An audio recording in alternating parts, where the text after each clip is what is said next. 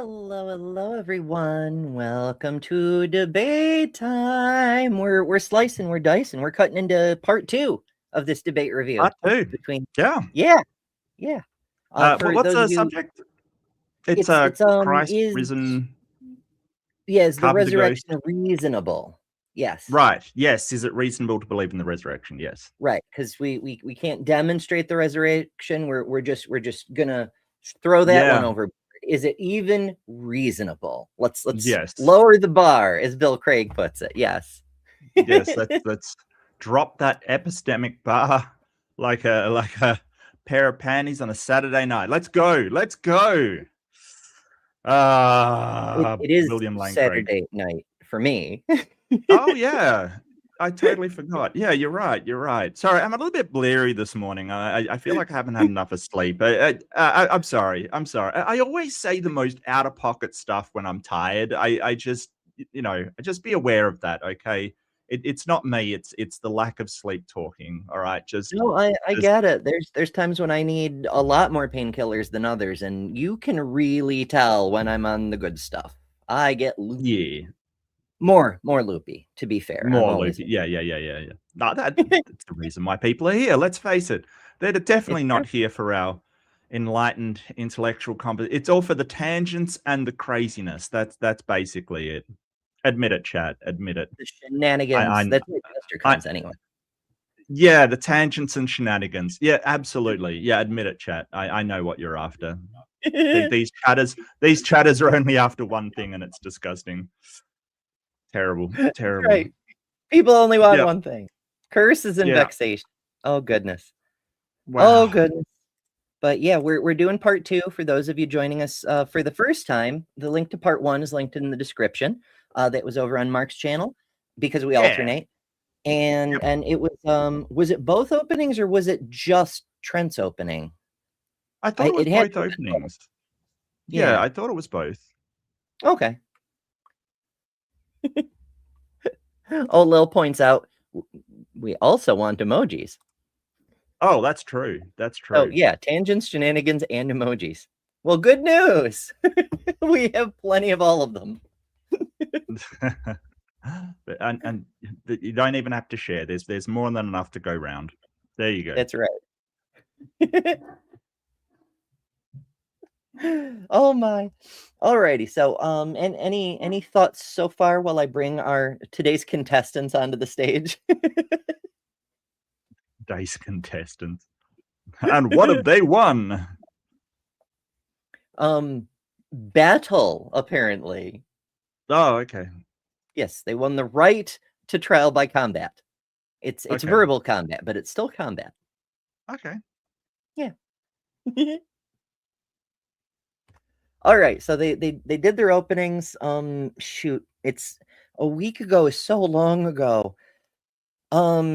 Basically, as I recall, Trent tried to shift the burden of proof, tried to predictively strawman Matt, tried to poison the well, and vaguely waved at scholars in the first 4 centuries, something like that. And basically, Matt said something like, in all of history, the explanation for unexplained things has never turned out to be magic. To summarize. Something like that. So we're picking it up, I believe, from the start of the rebuttals. Probably. Yeah, probably.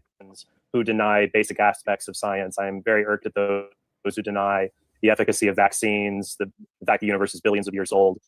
So for finding common ground, I share your frustration. I want to be reasonable in my beliefs. And frankly, there are Catholics even who believe things about the Catholic faith that I don't share because I believe they're being unreasonable. So, okay, here are a few questions I have. You said something really interesting. That's something. At least that's something. You know, like it always is. You know, people are like, well, no, I believe in medical science. I believe in, all kinds of things. It reminds me that there are people out there that don't. There are people out there like the author bros kind of thing that will go, oh, well, I can change a Band-Aid. I'm just as good as a doctor. It's so ridiculous. Like these are reasonable beliefs. And I think that, and sort of, I've been thinking a lot about this. We've really got to stop lumping every single Christian in with, oh, well, you're a Christian. You believe that the world is 6,000 years old and stuff like that. At least say, hey, your beliefs are at least, in mainstream reasonableness. Some of them, the ones he specifically enumerated. He does have a couple of conspiracy theories he's hiding under the hood. I don't know if they'll come up tonight. Mm-hmm. Like what? Oh, do tell. Oh, well, the main one that I usually deal with. Don't want to spoil it, so if they come up naturally, we can go, what the hell? Like, I'm not familiar with Trent Horn. I've never really... Yeah, I don't know if they will come up, because the main one I'm familiar with, because I deal with it, is his gender critical conspiracy theory. All the doctors and all the human biosciences, the endocrinologists, the evolutionary biologists, the psychologists, the neurologists, all of them are lying to everyone because of the Jews. That's this guy. He's in on it. He's ground floor in that nonsense. What the hell? Okay, yeah, all right, fair enough. Yeah, but I don't know if he'll mention that in a debate with Matt, considering Matt's dating Arden. Yeah, a trans Matt woman. Doesn't eviscerate him, Arden will.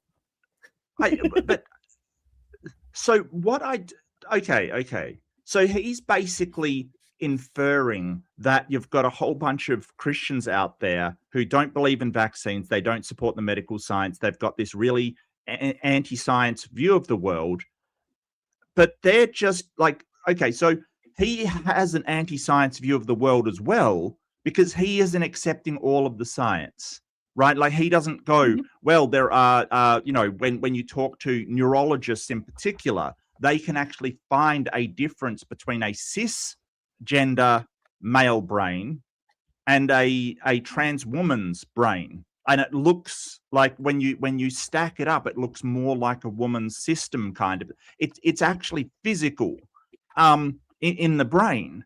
So, like, what the hell, guy? You do the same thing, just not on the things that you think are reasonable. This is the thing that gets me. It's like the young Earth creationists going, oh, those flat earthers. It's like, you're doing the same thing.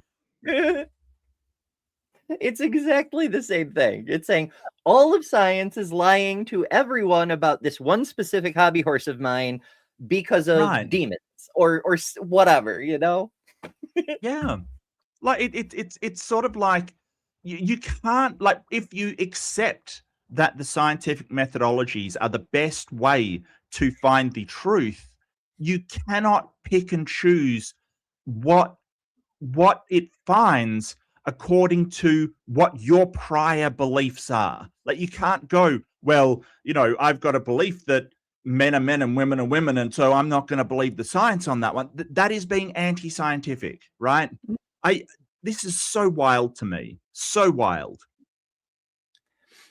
It's pretty fun, but yeah. So would this kind of be like anti-poisoning the well then, since he's like trying to represent himself as a pro-science guy when he does shelter intentionally anti-science, and he makes no bones about the fact, much like how Michael Knowles said in that one debate that he will happily reference studies if they support what Michael already believes. Right. Yeah, it's the same sort of thing. It's, I don't care what's true. I care what backs up what I believe, Right.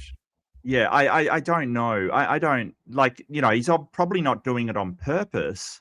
It's probably just a blind spot of his. Like, he's not doing it to be manipulative, but yeah, maybe, false representation. Maybe he's sort of, I don't know. I mean, I don't think there is sort of a reverse poisoning the well kind of thing. I think he is just trying to associate himself with them. Like, because if the subject of the debate is it reasonable to have these beliefs, I think he's trying to associate himself with what most people consider reasonable, which is, mainstream scientific research. And so by, it's kind of like an appeal to authority, funnily enough. right? Because what he's trying to do is appeal to the authority of science to make himself seem more reasonable, to say, hey, my beliefs are reasonable, so I believe that someone resurrected, that's reasonable. And you can believe in science and still be reasonable to think that someone rose from the dead. I think he's trying to do that sort of association, but science is not an authority for a resurrection. That's the thing. Science has nothing to say on the resurrection. Yeah. Like we have a very, I realize they like to go with forensic science, and they're like, well, let's compare the hair samples and the fingerprints, whatever the hell J. Warner Wallace says. But you can't do forensic science on something that you can't replicate. Wasn't there like a cold case, like creationist dude who like said, oh, I used to do journalism on murders and things, and or I used to be a detective, we could examine the facts of the resurrection. It's like, oh, get out of here, man. Like, yeah, there's two guys. Seriously? Oh, really? Shtick.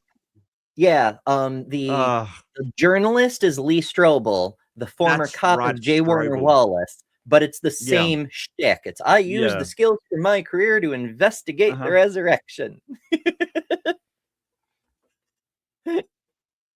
And they got bubkas, but they're gonna just well, you can't look at all these people who believe this thing and decide it's anything other than true. Even though I found no fucking evidence, but okay. But never mind all the people who believe Hinduism. Just ignore them, you know? Well, I mean, I was given Lee Strobel's book as sort of a Christian gave it to me, like going, oh, this will absolutely convince you. It is so, it is the most complete and unrefutable evidence. And I read it, and it was just like anecdotes from people and just nonsense. It really was just crap. It was terrible. I don't know who. I think it was the Case for Christ or something. I've got it round somewhere. I would like. It was so bad. Mm-hmm. They're pretty awful. It's, oh my goodness. Some of them are better than others, but yeah, I think I glanced through. Well, no, I think I read it once, but it was a while. Yeah, it's not important. Tangents and things. Well, it suffice to say, if you brought that case before for a magistrate or judge or something, it would probably be thrown out of court. Like, absolutely just, circumstantial evidence and hopes and dreams. It really is. And of course, spectral evidence, Yeah. I saw a ghost of Jesus. He told me that he's real. I saw a ghost of Yoda. The Force is real, I guess. I don't know. Yeah. Said 2,000 years ago, it could be reasonable for someone to believe in geocentrism because that's just how the world appeared. That's the way the evidence was. Did I hear that right? Well, I don't know if I tied that to 2,000 years ago. At some point in the past, it was reasonable. All of the best evidence, the most reasonable conclusion was that the Earth orbited the sun. Yes. I'm just saying because like 500 years ago, people believe that's when 2,000 years ago is pretty uniform. Okay, so if that's the case, then is it reasonable for people to live according to this motto? Things are as they appear, unless to like the Egyptians and I believe the Greeks worked it out ages and ages and ages ago. Like really, but yeah, at some point, like I think that Matt's sort of talking about sort of in the past, if you were just a sort of early hominin man with no real concept of civilization kind of thing, if you were just a nomad, that's the most reasonable explanation, is that the sun is going around the earth. I agree with him.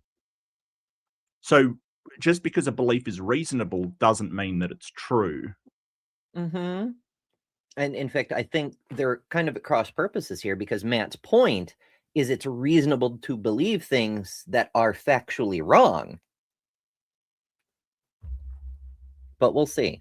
It's evidence. Yeah.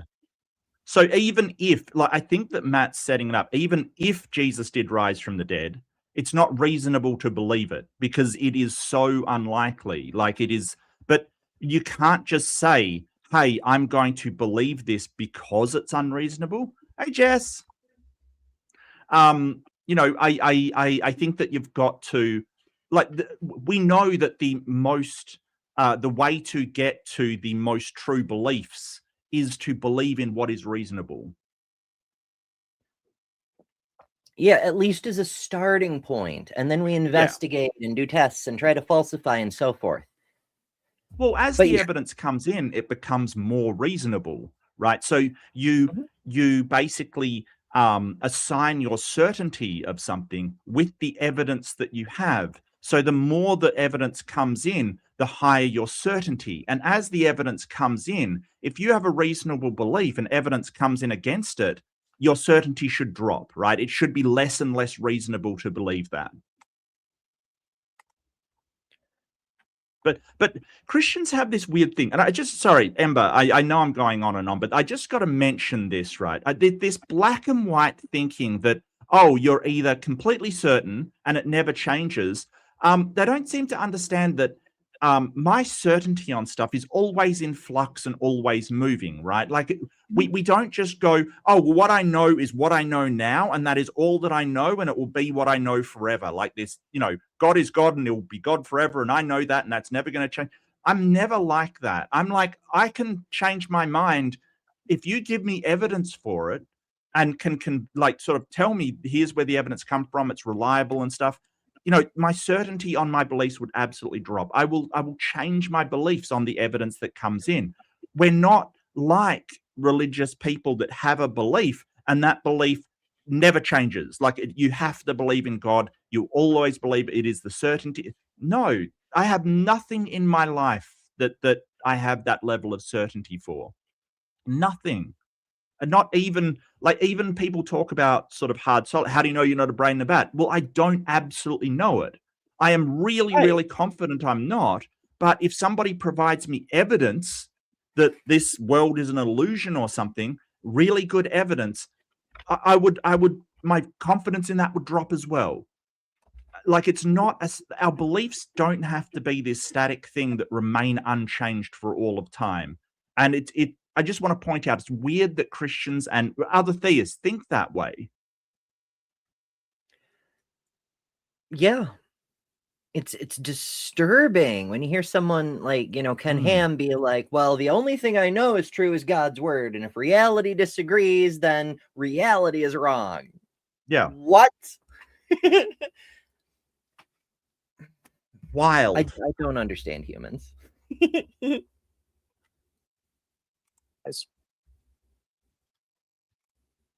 No. What would you consider faulty about that kind of way of approaching the world? It's one of those things that I would say is probably generally true. And by the way, thanks for the comment earlier. I don't want to take any of your time up, but it's been frustrating to me to watch people who deny vaccines and COVID and all that stuff. But so to say things are as they appear unless evidence shows otherwise is the sort of truism that feels right and maybe a good kind of starting rule. But we already have at this point in human history a good understanding of how we can be fooled. Optical illusions, let's say, and mirages. We know those sorts of things exist. And so now I would say that and quick reminder, Matt does magic. Like he used to do a skepticism and magic show at events and things. And he knows how to trick people, and he uses it to demonstrate why you should practice skepticism, because you can be tricked. Anybody can. Yeah.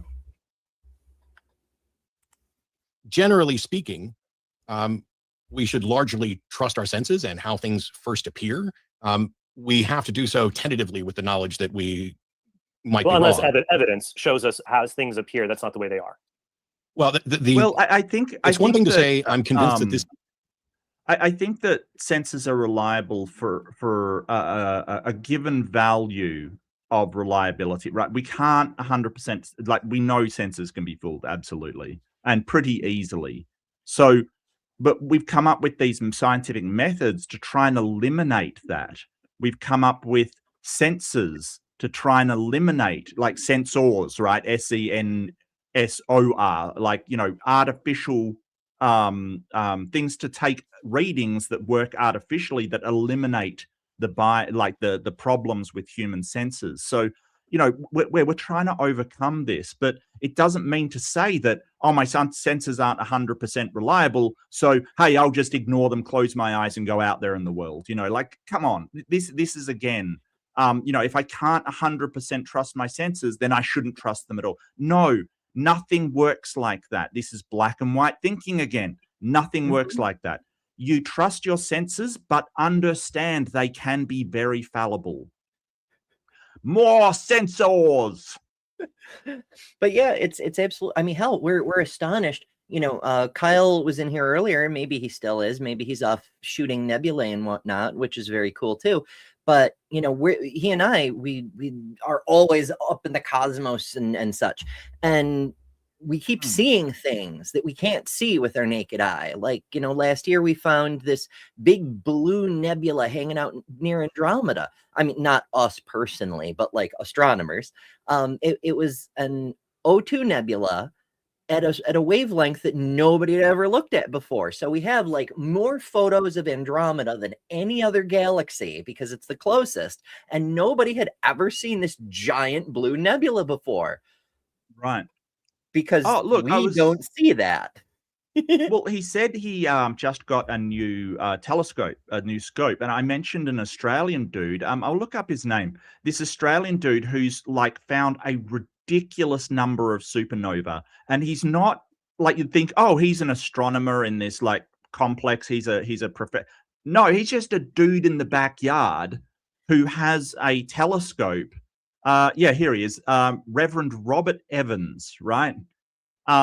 He's found 42 supernova, more than anybody else in history, right? Like, and he's done it not with any computers or anything. He just finds them with his home telescope. And the reason why is because he lives in the mountains in New South Wales, so he's got a really clear view to the sky. And he just, like, don't forget, like, you get a big you get a big telescope. How do you move it? Well, you've got to, crank the machinery up, power it up, move it, angle it. He just sits there like a dogfighter with his telescope, moving it around kind of thing. Like, so this is why he has been able to find a ridiculous number of them, because he's just doing it manually. Just incredible, like incredible dude. And he's a reverend in, I think, Uniting Church, which is not too bad. Uniting isn't too bad.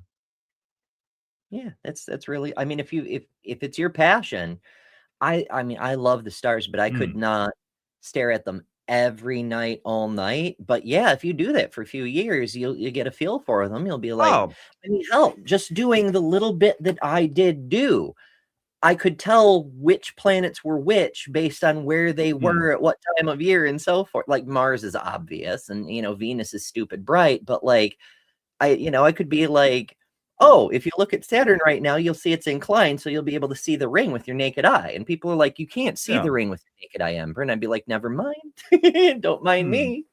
Oh, look, different people have different things that, they do for leisure and makes it enjoyable, like he just likes doing astronomy. Power to him. He's not hurting anybody and actually helping a lot. Yeah, no problem whatsoever. But it's, he can just swing past and be like, that one's brighter than it should be. What are you up to, little star? Yeah. So it's really interesting, and so I think it just goes to show that doing sort of home science is not it's not a waste of time. Like, none of this is a waste of time. He's actually contributed so much to understanding of supernova, and the scientists are more than happy to take his data because he tells them where in the sky it is, like coordinate. They just go and find it, and science is a human endeavor. It is not a atheist endeavor. It's not a Christian endeavor. It is a human endeavor. So stop trying to claim it, creationists. That's right. And messing it up. Jason Lyle with his infinite speed of light. Incidentally, that's another reason. Those of you who listened to my rant about it the other day, supernovas, type 1a supernovas, one of the reasons we know their recessional velocity, general relativity calculations and so forth, is because of the change in the time curve, right? The brightness, it follows a certain pattern. every single time in relation to how old the supernova is. Like, at 2 weeks, it's always this bright. At 4 weeks, it's always this bright, so forth. And when you get time dilation going on, it stretches out because the time is dilated. That's what that means. And so the fact we can see time dilation means the speed of light is not instantaneous, Jason Lyle. Holy shit. Right. Yeah. Yeah. But doesn't he count that on, like, you can't measure the one-way speed of light kind of thing? Like, he just is like, yeah, you can't measure it, so therefore it could be anything. It's instantaneous. Yeah. That's his argument. It's not a great, because like all creation, it's not great. If you can't prove me wrong, then I'm right by default. No, that's not how we do science. Read your Karl Popper. Get some Poppers, Lyle. He has a PhD in astrophysics. He knows very well who Popper is, but Well, here's the thing. Like, it was really good. I don't know if you caught my debate where I basically was cross-examining yesterday, and that was a fantastic debate. If you caught it, thanks so much for watching. Really enjoyed it. It was actually, like, the guy was actually really nice. I could have been a lot more harsh on him, but it was his first debate, and they put you up against Mark Reed. I mean, how do you feel? It's but like, I wasn't as aggressive as I usually am, because I want to debate him again. Don't be horrible to these people. I remember my first time in a debate too. Like, have some empathy. Your first time in a debate, you are scared stupid because you have no idea what you're doing. You're not used to it, kind of thing. But like, when I asked him, well, how do you reconcile? Like, because I said, how do you reconcile a 6,000-year-old, 10,000-year-old universe with light coming from 42 billion light years away? How do you reconcile that? And he was honest. He said, yeah, I don't know. I haven't thought about that, and I haven't heard it before. That's something to think about. And I'm like, that's an honest answer, right? Well done. Yeah, absolutely. Now he'll probably go to AIG and look up whatever they say or whatever. I don't know, but it's actually not a bad thing in that one specific instance, because the head of astronomy at AIG, Danny Faulkner, I don't know if he retired, but he was the last time I looked. He says, Faulkner, yeah, this is a problem. It was a miracle. We need a miracle to explain it. Yes. He just buys the miracle. Yep. But like, that's the thing. Like, he thought about it. He's never thought about it before. That's fantastic. That's really awesome. But it's great in a debate when somebody says, well, I don't know the answer to that. Like, I mean, a lot of the questions were like, well, where did the universe come from then, if not God? And it's like, well, I don't know. I'm not even pretending to know where the universe came from. And so it's really enheartening to hear somebody say, I don't know, or I've got to think about it, rather than, oh, but it's got to be this thing because of this really tenuous, stupid, apologetic that is half-assed when it was originally given back in the 1900s. Like, come on, seriously? Eric Hovind lately, I haven't been keeping a close eye on him since I did that whole series demolishing his dumbass, but he's been trying to get more into the philobro realm. And so he'll say something like, well, you don't know, I have an explanation. And because I can use inference to the best explanation, the fact I have an explanation means my answer, even though it's supernatural, is better than your non-answer. I'm like, it's not how that works, buddy. No. But Leo asks, what debate was this and where? That was over on Mark's channel yesterday. Yeah, I streamed it to my channel, Leo. So it's up over there. But yeah, and a big thank you to Robin for organizing that. Big thank you to Probus guys for hosting it as well. Yeah, good stuff. We love to see more good, especially with honest people. Like, he may be confused about what he believes and why, but honesty in a debate is really nice to see. Yes. Oh, absolutely. Yes. Is likely to be the case, and it's another thing to say, I think this is the case. And what I worry about is that this statement would be like, oh, I'm right and rationally justified until you prove me wrong. Well, and that's not the way. Let's go to the meat of this. Okay. I would fill in the blank. The belief in Jesus' resurrection is unreasonable because, and I think you put down multiple things. At the very beginning, you said something like, it's unreasonable because it's not consistent with what we know to be true or in accord with reality. Is there a way you could give me like a 1 or 2 sentence if that's correct or more needs to be added on? Belief in the resurrection is unreasonable because I caught at the beginning. I wouldn't think that would need to be expounded upon. Like, I wouldn't think because people don't rise from the dead. Like once brain death happens, like it's incredible how many Christians, like I was talking in this room once and I said, no one has come back from brain death. Like there's clinical death where your heart stops, your lungs stop, you're not breathing, your heart's not beating, your brain is still alive, right? Like it doesn't just click off when your system's shut down. But brain death is when the brain has completely stopped all activity and no one's ever come back from that. And Christians will go, no, people have. And it's like, no, whoever told you that is lying. No one's ever come back from that. You can be frozen and the process is slowed down. Yeah, like you can't come back from that. Yeah, because part of the process of neurological shutdown involves the neurons physically detaching from each other. That's part of the dying process. And once those neurons have uncoupled, you can't force them back together, not cell by cell like you'd need to. That we're a long way from that technology. Mm-hmm. A reasonable belief has to be consistent with what we know to be true, is what you said earlier. Well, at the closing of my opening, it's not reasonable to believe because there isn't sufficient evidence. There isn't physical evidence. There's none of this. We just have testimonial accounts.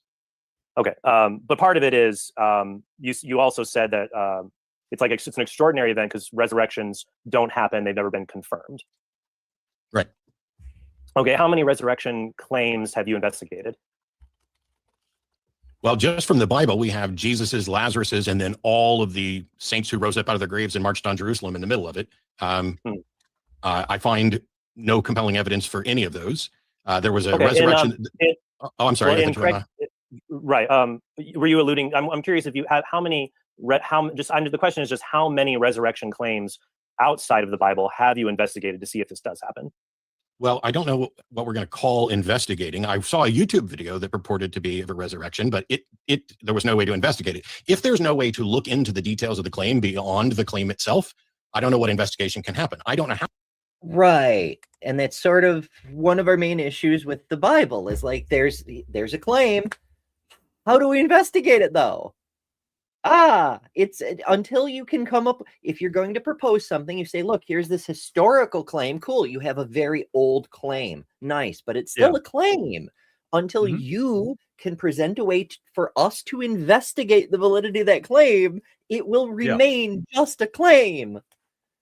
And so I think that, like, for instance, I remember coming across a paper on reincarnation kind of thing. Like people do research on this kind of thing, right? Scientists and people interested in it do research on it, but largely it's just there's no like the basically thing was there's we investigated these reincarnation claims and no evidence could be found to suggest that they were a person in the past. Of course it didn't, like they can't really get into it. You're right, but it doesn't mean researchers haven't tried to investigate it. It's just usually we come up with not much or nothing, or there's no way to confirm or deny it. But that's what science does. It's always tentative. It doesn't say that people don't research and say, oh, because we didn't find anything, this is impossible. That's not what they do. They're always tentative. They always say, hey, this seemed to have a correlation here, but we cannot establish causation. Usually they end with, if they haven't found anything, usually they end with more research is required. And yes, that is true. Like you've got to research more, but I'm also a bit cynical. I think they also, want to continue to fund their research. So more research is required. Yeah, absolutely. But that doesn't make it untrue. Oh yeah. I mean, hell, even when there are results, half the time they say also more research is required. We need more data. We're scientists. Give us the data. It's an addiction. Yeah. I think it's an addiction. Do you suppose they inject the data or do they snort it? Like,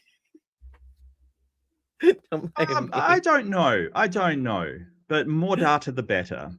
That's right. I'm on a data diet. Yeah.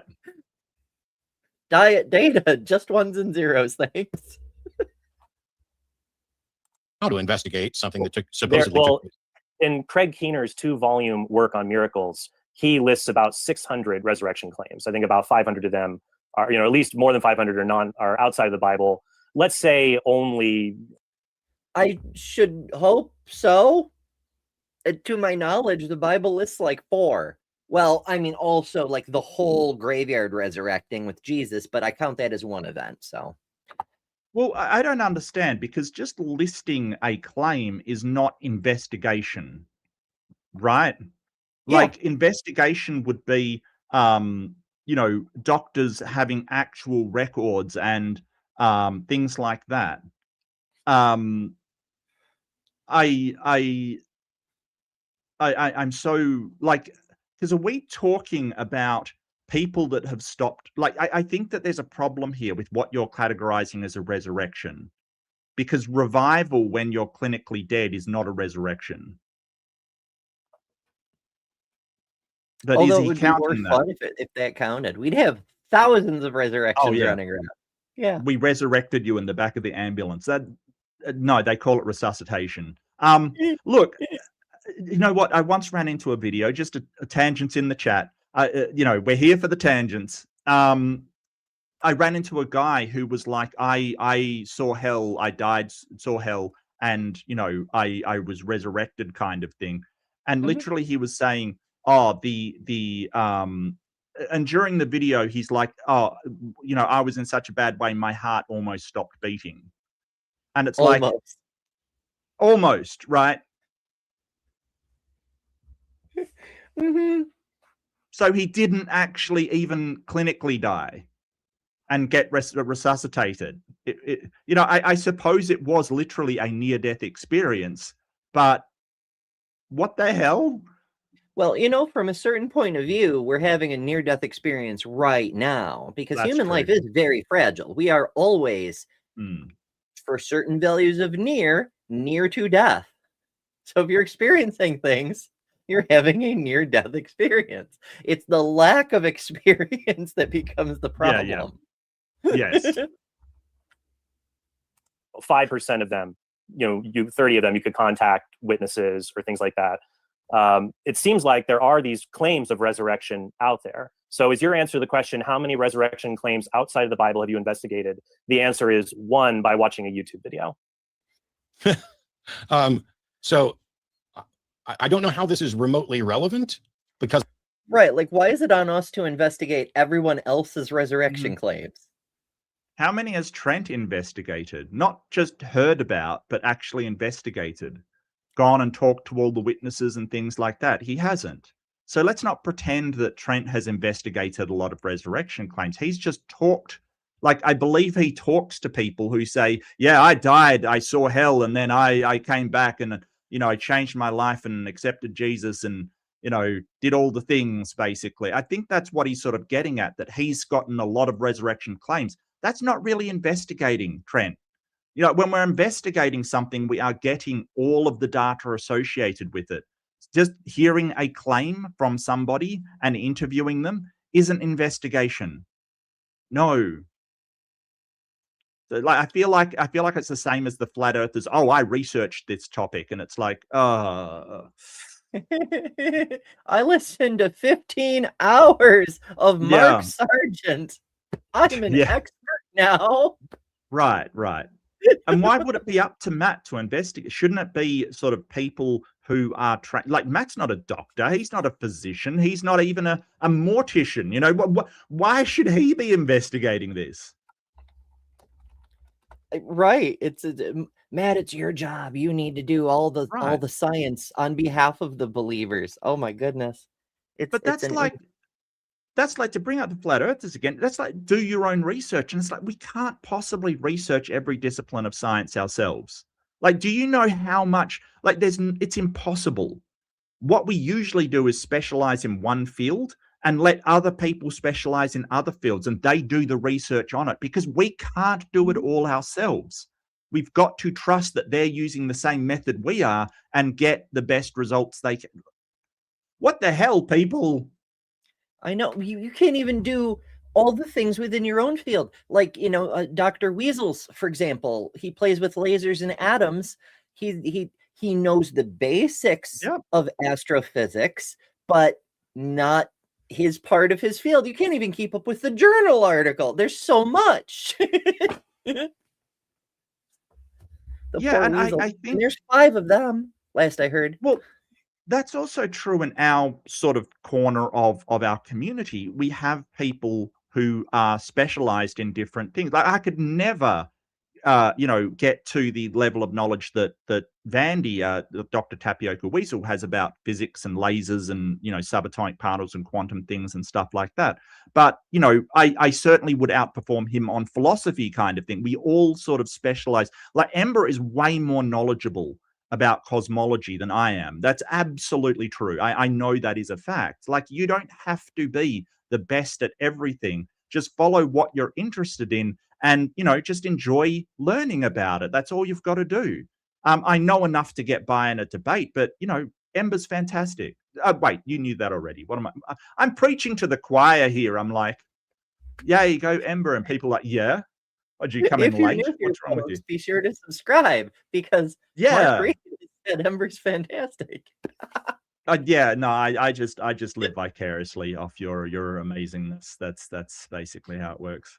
I know. I should clip that and no, because so on my other shows, I have like a countdown, and then the last part of the countdown is a bunch of different people saying my name because there's a joke buried in there somewhere. But Mark's part is, "Oh, great, Ember, tell me what I'm doing." And I'm like, it's just too good. I can never replace it. I don't even remember saying that, and I laugh every time I see it. Oh, great, Ember! It's just, I was like, "What? When was this? I don't remember that." Maybe it was a member's stream. It was just a random stream, idea. And yeah. I have no idea. I know the blurb is going on my book. Whenever the hell I write a book. Yep. Yeah. You'll never get the best blurb ever though. That is held by Banksy, who has a honors a reference on his blurb on his book. It's got it from the what is it? The Bristol Police Department, and the quote is, because if you're unfamiliar, Banksy is a graffiti artist who comes and does art on the street. Police hate him, but his work is amazing, absolutely amazing.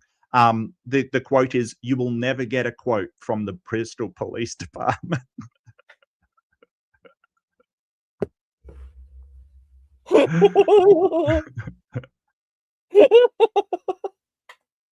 I love it.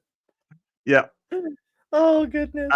That is gold. That is being the cheekiest prick. I love it. I just love it. The guerrilla artistry. It's fabulous. Oh, it's fantastic. Like guerrilla artists, and nobody knows who he is. I'm sure there's some people, but it's not really important. And he does illegal things, but an artist that does this illegal stuff that just breaks through the noise of the society to do this art that just it's incredible art. It really is incredible. I know some of it is so simple, but it's also poignant. It just nails a message. Good stuff. Yeah, we love to see the one that got more of it. Yeah, the one that got me was the bandanaed guy in the hoodie kind of thing, and he's got his arm back like he's in a riot, and instead of a Molotov cocktail, he's got a bunch of flowers, and that just hit me, right? Like it just was so poignant about the use of violence and what you're trying to accomplish kind of thing. Like it is violence for the sake of peace kind of thing when you challenge these regimes. It speaks so well about the modern dichotomy. Anyway. Tangent over. I got and this is the thing with art. I got a different take on that. It was, what if we put as much effort into being aggressively affectionate with each other as we do with being aggressively hostile? Like when somebody does horrible things, of course you have to stand up to them. But what if we spent an equal amount of effort being aggressively kind? I don't know. What I was trying to say is well, it's relevant, Matt, because you're saying that the resurrections don't happen. It's an extraordinary event. It's not consistent with reality, and that's a claim. And but I'm wondering, what's the evidence for that claim? That's not a claim. That's an evaluation of the available evidence. Correct. What is the evidence for that claim? If resurrections were known and we would have scientific journals on them, people would be getting Nobel Prizes for demonstrating resurrections. People would be coming on the news to say, hey, here's a resurrection, which is what happened with. It's a rejection, to clarify, it's a rejection of a category of claims who all have that same thing in common. Yep. The YouTube video that was purportedly a resurrection. I'm not a resurrection investigator, but of the ones Craig Keener investigated, how many resurrections did he confirm actually happened? Well, he's providing the evidence there for other people to look at. So I'm just curious, you say it doesn't happen, but there are claims out there even today, but they're not investigated. So I think do you believe those claims? You say it doesn't happen, but there are claims. Yeah. Just because there's claims out there. Yeah. Just because there's claims out there of something doesn't mean that any of those events happened. Right? There's a lot of claims of people doing magic spells kind of thing, but we don't believe them because it's not something that they can actually demonstrate. A claim and a demonstration are totally different things. It's so wild that he's kind of like, well, there's so many claims, a few of them must be true. Who goes through their life like that? Like, no, because there's a lot of claims doesn't mean they could all be false, all of them. Mm-hmm. I'd ask Trent if based on that same line of reasoning, if he accepts people talking about alien abductions or seeing ghosts. Yeah. Oh, there are so many claims, though. Maybe the next one will be real. Well, I wouldn't say ghosts because, like, Christians usually think ghosts are, the souls of people that haven't moved on, kind of thing. They're all on board. Oh, maybe so. It's angels or demons. It's probably demons. Right. Heretical, blaspheming, atheist, unbeliever people. Hey, I've been called a demon by people in the comments. They're like, you're a devil trying to, subvert people. And it's like, well, really? Fairness. You do come from the underworld. Down underworld. Yeah. Look, I don't know. I feel like there's way too much dehumanization going on around the world. It's true. Trent, do you believe those you claims? You can ask me in your cross-examination, Matt. That's fine.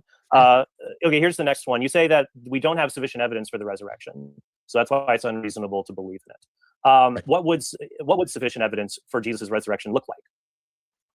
I listed the thing. It would be nice to be able to show that we have good reason to think that a person existed, that they died, and that they rose afterwards. Something other than just a story and claims of that. Is there physical evidence for this? Okay. Is it fine then? Is it reasonable to believe that Jesus was crucified under Pontius Pilate? I don't think so. Okay, so do you think that all is Matt a mythicist? Words are hard. Mythicist. I didn't think so. I don't think he is. No, I don't think so. But he was crucified under Pontius Pilate. Maybe there was. I mean, I don't. Sure, it's reasonable. What he's doing is he's trying to hold the line of his own evidentiary standard because he's doing the chess thing, right? Like during debates, he'll play chess a lot because it puts him in that frame of mind to try to see what the opponent is doing and stay a few steps ahead. Okay. And my guess here is that he's seeing that if he moves his evidentiary standard to say, oh, sure, he could have been crucified under Pontius Pilate, but the evidence for that claim is almost identical to the evidence for the resurrection. So if that claim is reasonable, then the resurrection he has to concede is reasonable. But wait, hold on. But it's not the same thing, because don't forget that the weight of the evidence to make it reasonable is based upon the scope of the claim, right? So the claim that somebody has a pet dog, the evidence required for that to be a reasonable belief is not the same as the evidence required to believe someone has a pet dragon, right? So I think I would disagree with if that's what Matt's doing, right? I would disagree. I would say it is fine that it's reasonable to think that someone was crucified, but if somebody rose from the dead, that is a much higher evidentiary standard to be a reasonable belief, right? Like I would say that is totally fine. That if you think that someone was crucified, who was an itinerant Jewish preacher, and I would think that that's reasonable. If you think he rose from the dead, just based upon how the unlikeliness of the claim, or what the grandioseness, I'm not sure what word I would use to describe it, the extravagance of the claim, the greater the claim, the more evidence is required for it to be a reasonable belief. So I would hold with that. I don't have a problem with that. Maybe Matt feels, maybe there's another reason Matt doesn't think he was crucified. Like maybe he finds the Gospels don't have, a very good, maybe the differences between them kind of thing. Like, for instance, in one of the Gospels, it said he was crucified like 3 days before Passover, and one of them said that he had the Passover meal and then he was crucified. So maybe that's why, right? There's an incongruency there. But I don't know. I think that if you think that some itinerant Jewish rabbi who started a doomsday cult was crucified under Pontius Pilate's time, I would say, yeah, sure, why not? That's reasonable. Sure. I don't. That is an interesting question, because like a lot of the stuff in the Gospels we know is made up after the fact. Okay, so I just checked. Paul does say in his letters that Jesus was crucified, because a good way to find out what's fabricated much later is to see what it's the Sherlock Holmes thing, the dog that does not bark. Like, Paul doesn't say anything about the empty tomb. So that's one of the ways we know the empty tomb part of the story was made up later. But Paul does explicitly say in multiple epistles that Galatians, 1 Corinthians, Philippians, and Romans. Now, they could all be later forgeries, because like half of Paul's writings are wrong. But the fact that there's 4 of them, he does say Christ was crucified. So at least that isn't gospel fiction alone. All historians in the world that teach at major universities, it's unreasonable for them that they believe Jesus was crucified under Pontius Pilate. For them to believe it, perhaps. Yeah. Perhaps it's unreasonable for them to believe it. For them to teach it as this is what is believed is not problematic. No, I'm saying that. So you're saying it's unreasonable to affirm that Jesus was crucified under Pontius Pilate. This is I'm saying I am not convinced. I am not personally convinced that that's the case, but that's not what we're talking about today. I'm not interested in what you're convinced by. Because you agree there's a difference between what would convince you and what is reasonable to believe. Are there any things out there?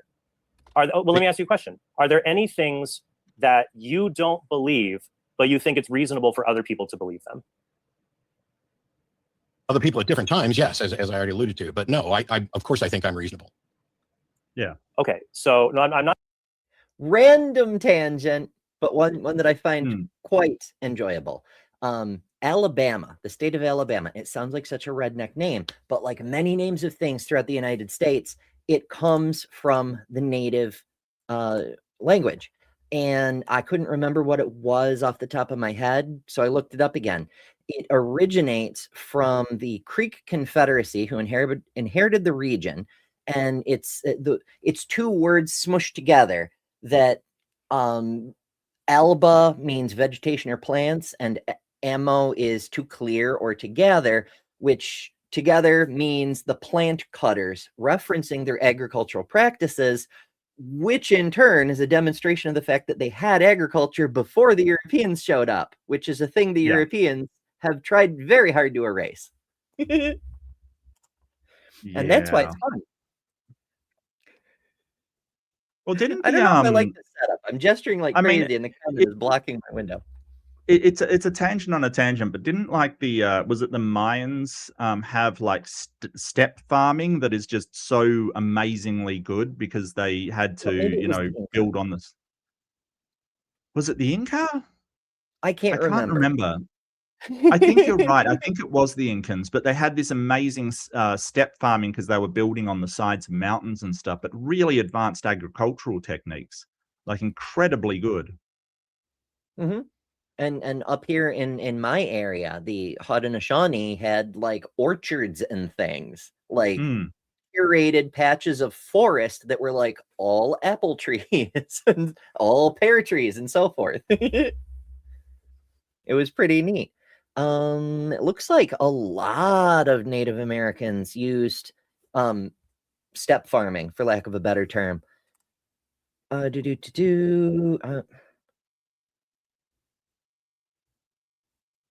Aztecs had the Chinampas, 7 harvests a year using those things.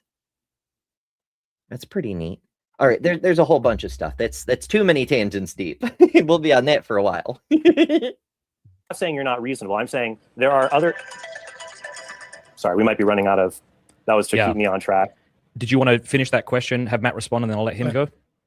No, like I gave an example in my opening statement. Like, at least from what I saw with your engagement with Alex O'Connor, you do not believe a person. What's wrong? What the hell does Alex O'Connor have to do with this? You've mentioned him twice. He's an atheist. Well, the discussion wasn't about. Okay. What I'm trying to find is that there is a belief you're not convinced of. Yeah, Matt doesn't like. Just as a side note, Matt doesn't like this, and I'm not. You know, I do not hold it against him. Saying, "Hey, with this other person, you said this thing that I'm tying into this." Like, if you want his opinion on something, just ask the dude. He's right in front of you. You know, like, why bring up another conversation? Like, why don't you just say, "Hey, do you think this?" and just ask the question, just because, like I said, you know, I think that Matt, his views have changed over time because he's not set in this. I've got to believe this always, and I don't like. They will go back 50 years to a conversation that somebody had with somebody else and say atheists believe this, you know, and it's like, no. A, not all atheists are the same, and 2, people's opinions change over time. Like, we get new information. Well, you know, 150 years ago, y'all believed that dogs came from non-dogs. Praise Darwin. We're gonna leave offerings at the altars of the finches. All right, I'm in a place today. I'm in a place. That's all right. Do you think ethical veganism in a place? We're all in a place. Yeah. Yeah, we're all on this big spaceship with no rudder, hurtling around a thermonuclear fireball in the sky. That's got good windows, though. Endorses, but it's a lovely view. Yeah, it is. It is. I mean, and you know, as long as we don't mess it up too badly. Yes. Yes. And I was getting ready to get to that in my response. Okay. Why don't we... So you, but yeah, all I wondered was, because there are things I reasonably disagree with others. I don't know if you do, but it's your turn. All right, Matt. I'll give you 9 minutes. Start whenever. Yeah, no worries. So yeah, it's the first time I. Well, Matt's getting ready to start. I want to recognize our favorite scoundrel of skeptic. It's Eric, who's been a member for 31 months. We're getting close to 3. I got to make sure I have like big enough badges to evolve into 3 years. I'm pretty sure I do. Anyway, Eric says we're just psychotic apes hurtling through space. We are, in fact, the space monkeys. Yes. Yeah, and the last time I saw Eric, I think it was on Breakfast Tacos. He was having a really interesting conversation, and Eric's fantastic. He was doing amazing, and definitely go and subscribe to him because he, you know, the stuff he does is awesome. So really good to see you, Eric. Hell yeah. Yeah, he says we've known each other for 3 years, Ember. Crazy, right? It's true. I mean, I know so every so often I'll run into a new person who's aware of somebody else I know. And just a couple of weeks ago, somebody was mentioning, I think they saw a clip on the line, and it was one of the outros that you and Jimmy were doing together. And they were like, who is this dude? And I'm like, funny you should mention that. Yeah, but you know everybody, Ember. You know everybody. There's still so many people. Dr. Bird, for example, is just off the top of my head. One person I would love to have a chat with. She's not averse to the idea, but the timing doesn't work. She's not a morning person. And as Fair you enough. may or may not be aware, I do a morning show every weekday at 11 a.m. We do deep dives every day, live. Triple D. Yeah. So subscribe, join us for those. They're super fun. Dives daily. We're in 3D.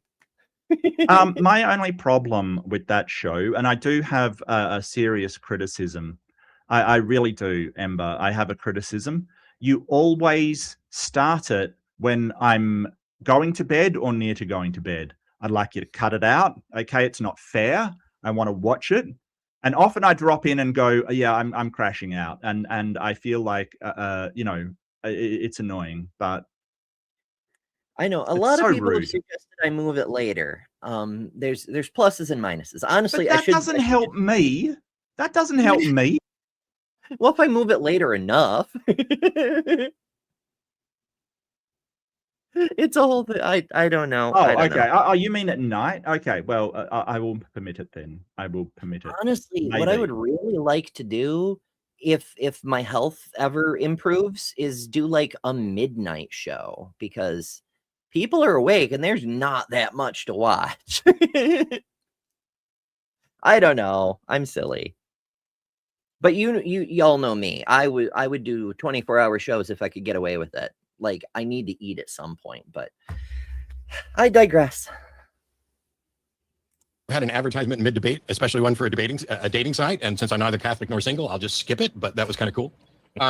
So I wanted to thank Trent from the start, because he said something that was incredibly true and that other people frequently get wrong in his opening, which is my position is not to show that it's not that it's not reasonable to believe that it did happen, and not to show that it's reasonable to believe that it did not happen. I don't have to be convinced that it didn't happen. I just am unconvinced that it did. And so on the issue of Alex and whether or not his ethical veganism is reasonable, no, I don't think it's reasonable. Of the claims that Craig Keener... And again, we mentioned last time, I don't think it's come up yet this time, this debate's from a couple of years ago, and Alex has since renounced veganism as untenable, unsustainable, at least for him. He still believes it's a moral virtue, but it's not a moral obligation, because not everybody can do it. You just can't do it in some cases. Yeah. It requires a considerable amount of privilege. And while Alex has access to most of the privileges necessary, that's not the only requirement to do it. Right. And I mean, most of when he's sort of saying, hey, investigate the resurrection, a resurrection, would I even have the experience and knowledge to be able to do that? Like, you would think that would require somebody with some kind of medical degree to be able to tell a, clinical death from a brain death from something that, has transcended both of those things and is actually a raising of the dead. I don't have that knowledge. I wouldn't be able to tell, investigating whether somebody is in a, ridiculously deep coma, where their vital signs have almost stopped, and, actual clinical death. I don't know. It would be up to people with some sort of expertise in the area. So when he's sort of saying, how many have you investigated? It's like, well, it wouldn't be me anyway. And I think that's sort of what Matt was getting at. Mm. Yeah, like maybe let the experts do the things, but that would require trusting the experts. Oh, you have more faith than me, great atheist. I only believe in one all-knowledgeable. You referenced him, found about resurrections. How many of them was he able to confirm actually occurred? Well, I don't know, because I haven't spoke with him about how many he believes happened. I think some are related to him. How many? So he's referencing this dude to back up the claim that resurrections actually happen, but he doesn't know if any of them were verified to have actually happened. I love it. I would sort of be saying, well, does that mean that you think with enough claims, some one of them has to be true? If people just make claims and there's a lot of claims, one of them has to be true. it's bonkers to me. It's Trent's over here making a claim with not even detailed knowledge of the claim about someone else's claims about a bunch of other people's claims. It's a claim about a claim about a claim. It's not even hearsay. It's like second-degree hearsay. Trent Horn, I am charging you with second-degree hearsay. Which is, next to godliness. I mean, heresy. Hearsay and heresy. And heresy. They are very similar, yeah. Mm-hmm. What do you believe happened? I don't know. I've heard a claim. Well, there's one by a guy named Simon Kimbangu in 19th century in Africa who had a reputation for raising people from the dead that Robert Price cited as an example of having evidence similar or less than to Jesus. And that's a possibility. But I'll be frank, I haven't investigated them thoroughly. Wait. He's got a reputation? That's it. A reputation. Similar to Jesus. And it's true, I haven't investigated thoroughly, but it's a possibility. Like, he's just like pitching credulity here. Well, I don't know it's impossible, so it's probably true, maybe. Ay. So I'm taken aback at his standard for evidence is that someone told him, someone has a claim that someone in an area has a reputation for raising people from the dead. And that's his like, well, yeah, it does happen then. Uh-huh. What? I wonder if he believes in voodoo zombies, because, voodoo practitioners have a reputation for raising people from the grave. Sure. Clearly, I don't fucking know. But also, zombies. Bob Price. Never mind. We're not getting into that thing. Out to debunk them. Right. They could have happened. They couldn't have happened. It doesn't really change my major views on things. So I haven't really set out to say they don't happen, but I'm open to them having happened. It's quite possible. Okay. Except that resurrection stories are at least likely happening now, or that resurrection. Sorry, not resurrection stories. It's possible, but I think that it would. What if we respawned? What if like you get hit by a truck, but you ate the green mushroom earlier in life, so you have that extra life, and so you just doodle back on the sidewalk at your last checkpoint? Well, isn't like respawning basically reincarnation? It could be. Yeah. I mean, I don't know how the system works. I haven't been able to hack it yet.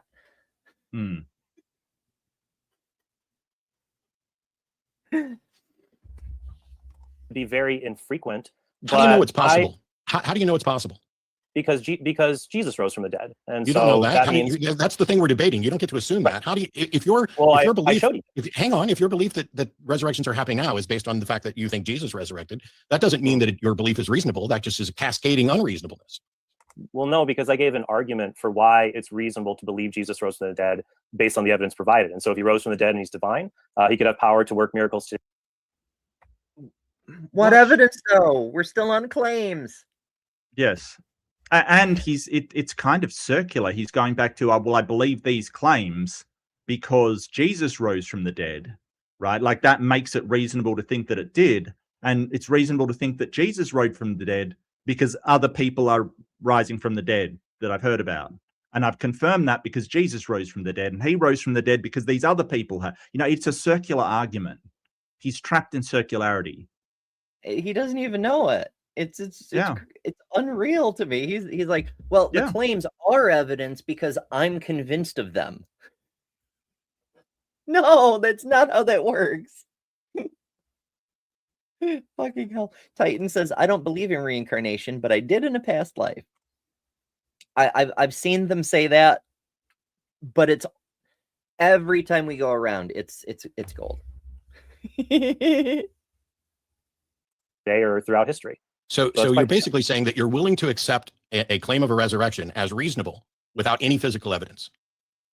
Well, what kind of physical evidence would a resurrection have, especially one in the past? We'd just be trying, when it comes to a claim all of resurrections are in the past. Everything is in the past. Right. I'm asking you.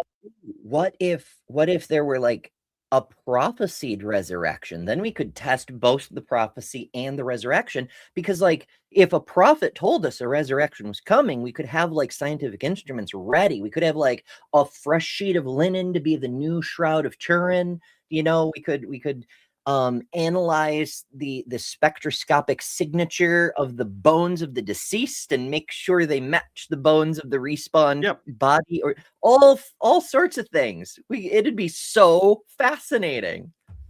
Why does that never happen? Alas. Are you willing to accept a claim of resurrection is reasonable in the absence of any physical evidence? What do you mean by physical evidence?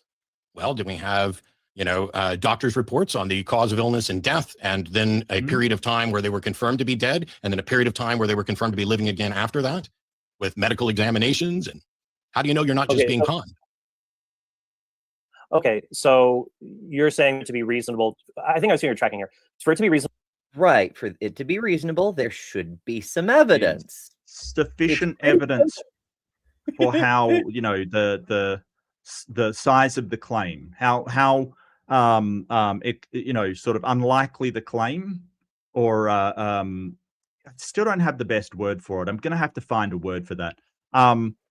We need sufficient evidence to meet the epistemic bar of that. Thanks, William Lane Craig. The epistemic bar of believing that claim, and that bar rises with how against our understanding of the world that claim is, right? So if I say to Ember, hey, I bought a new headset the other day, Ember will go, sure, it's reasonable to believe that. That's fine. Bar's really low because headsets exist. Ember sees me wearing headphones, like this is absolutely normal, right? But if I say, hey, Ember, I bought a magic bean that creates a beanstalk up into the land of the giants yesterday, Ember's going to go, the fuck you did. Sorry, I don't want to speak for you, Ember. You can say it yourself. Yeah, I'd be like, show me. Honestly, I hope you did.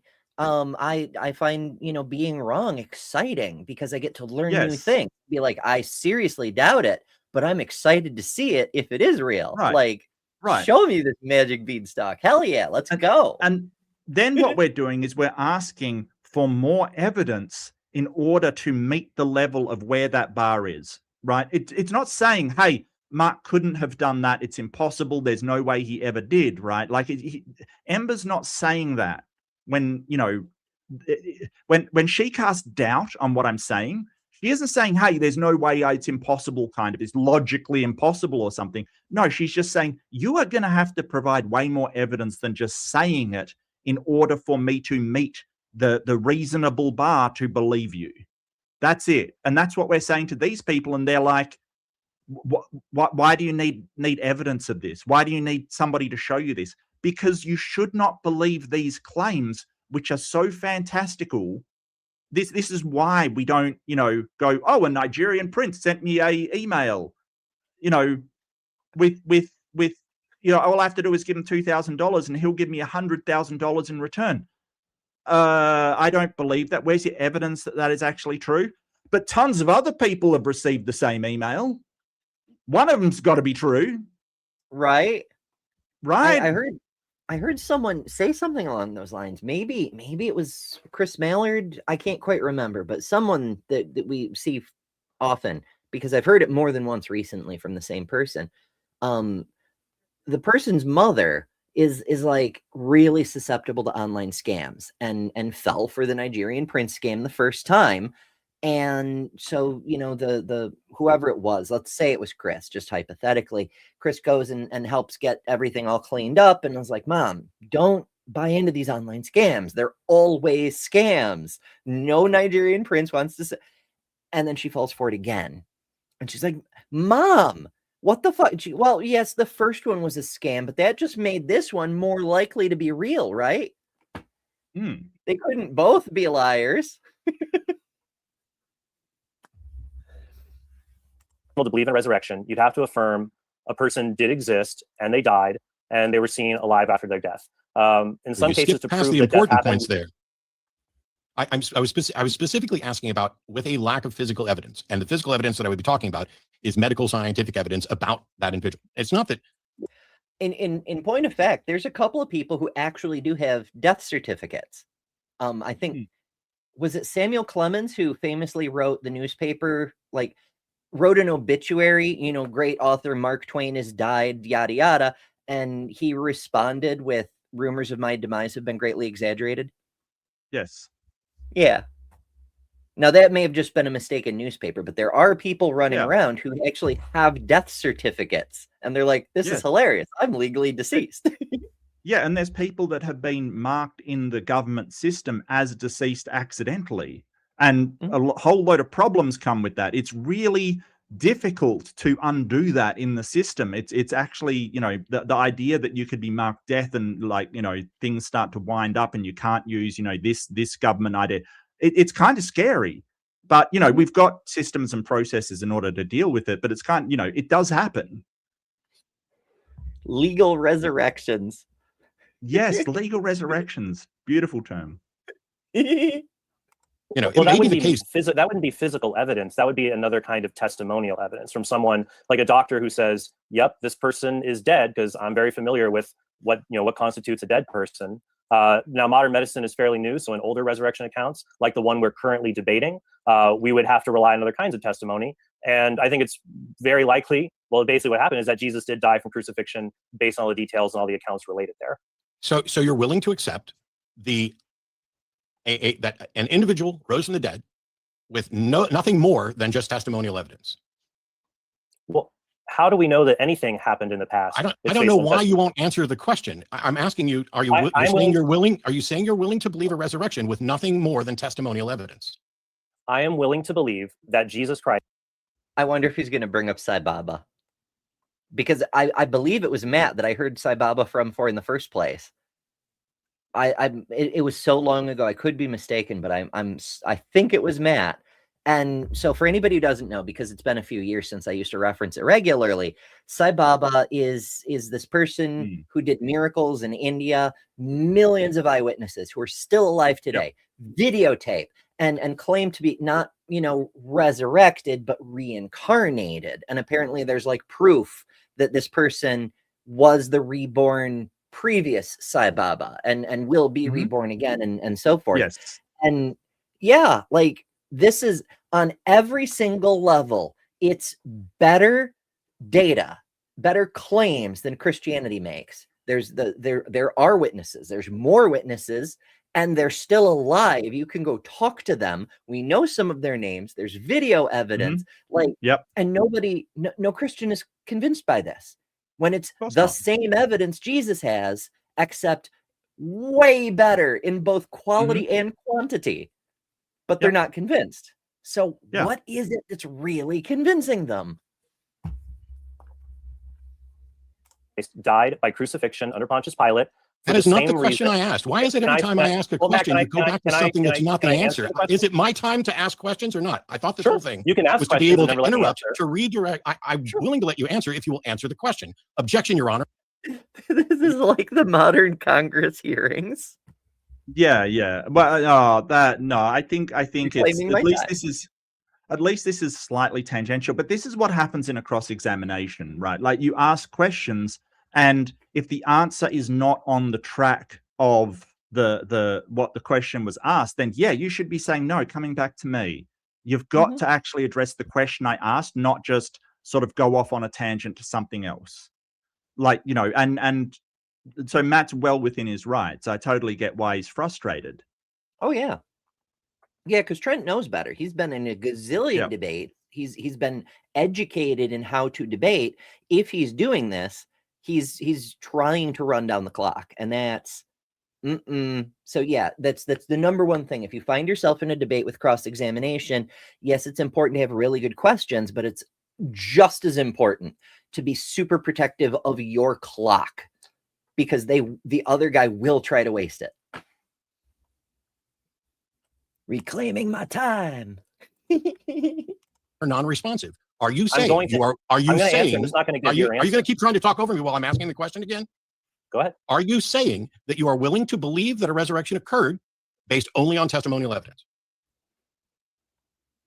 Will you allow me to answer the question sufficiently? I promise I can do it in less than 30 seconds. It's a yes or no question, Trent. Oh, the fucking snippiness. And also, asking a question, you can ask clarifying questions, but this kind of passive aggressive bullshit, also wasting time. Yes, I believe Yeah. that people can testify to things that happen in the That's world. not what I asked. I said, are you Well, willing if you want to be what- interesting, fine. Yes, fine. Okay. If you only want to yes or no, then yes. It's not interesting, but okay. I'm not here for interesting. I'm here to find out what's reasonable. And here's the crux of it, which we can have this discussion afterwards, because I don't have any follow-up questions after this. And that is this: you are willing to accept that an extraordinary, miraculous event occurred based only on testimony, and I am not. That's it. That is the foundational difference between our epistemology. I will not accept that the physical understanding. That's not entirely true, because he won't accept other miraculous claims based upon other testimony. It's just his religion's one. He doesn't accept the others. Yeah. Again, with Sai Baba, better evidence, doesn't believe. If testimony's good enough, like you've got a claim of 500 people for Jesus. Not even the 500 people, just Paul's claim there were 500 people, when there's millions for Sai Baba. So it's not just there is testimony that makes it reasonable. It's you have either a double standard or motivated reasoning going on, because otherwise you'd have to believe all these other claims that are equally well evidenced or better. Was suspended for an individual based only on testimonial accounts. It is unreasonable. That is how you get conned. That is how magicians fool you. No, I didn't, but it's my time, isn't it? If you want to pontificate, go ahead. I did, and now I'm done. Wow. Like, my guy, you can't be evasive during a cross exam, and then when he reclaims his time and says, "Hey, this seems to be the problem," you go, "Well, you're pontificating." I'm very amused at the fact that Trent is the guy with the pontiff, and he's accusing anyone else of pontificating. That's right. He's Catholic, isn't he? Yeah. In fact, he's not just Catholic. He's apparently several Catholics, because he calls himself the Council of Trent. Maybe he's got like an Inside Out thing going on, like that movie with the different emotions all driving the control panel for the kids. And yeah, maybe. I don't know. I mean, what do I know? I'm freaking merged twins, so I'm also multiple people. Who knows?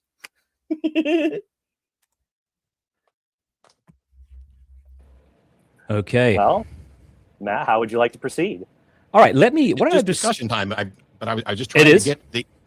Yeah. We'll move into 20 minutes of discussion. I want to kind of maybe kick it off by asking each of you a question. Would that be okay? Trent. Okay, so he didn't wait for an answer. Yeah. That annoys me when people go, "Is that okay?" And now let's go on with it. It's like, dude, if you're gonna ask, wait for the answer, my guy. What's wrong with you? Right? Oh my goodness. It's a whole thing. But yeah, so they didn't do like formal rebuttals. They did the cross-exam thing as rebuttals, which it's an interesting use of time, but also I don't know how much. I believe you said last time that there's like a Q&A section and then they do the closing. So like, well, there's a Q&A between where they finish and where their closing statements are. But it's a 2-hour thing. I don't know how long the Q&A is, but like it's kind of long, folks. It's a little wordy. Although we are making pretty good progress.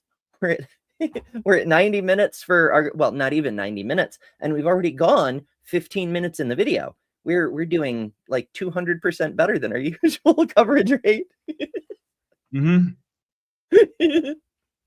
Do you think that uniformity of the laws of nature provide evidence against miracles? Yes. I think, well, actually, no. The uniformity of the laws of nature are necessary for something to be a miracle. In my opening statement, I gave the example of a life jacket. Like, you notice an orange life jacket because the water around it is totally different.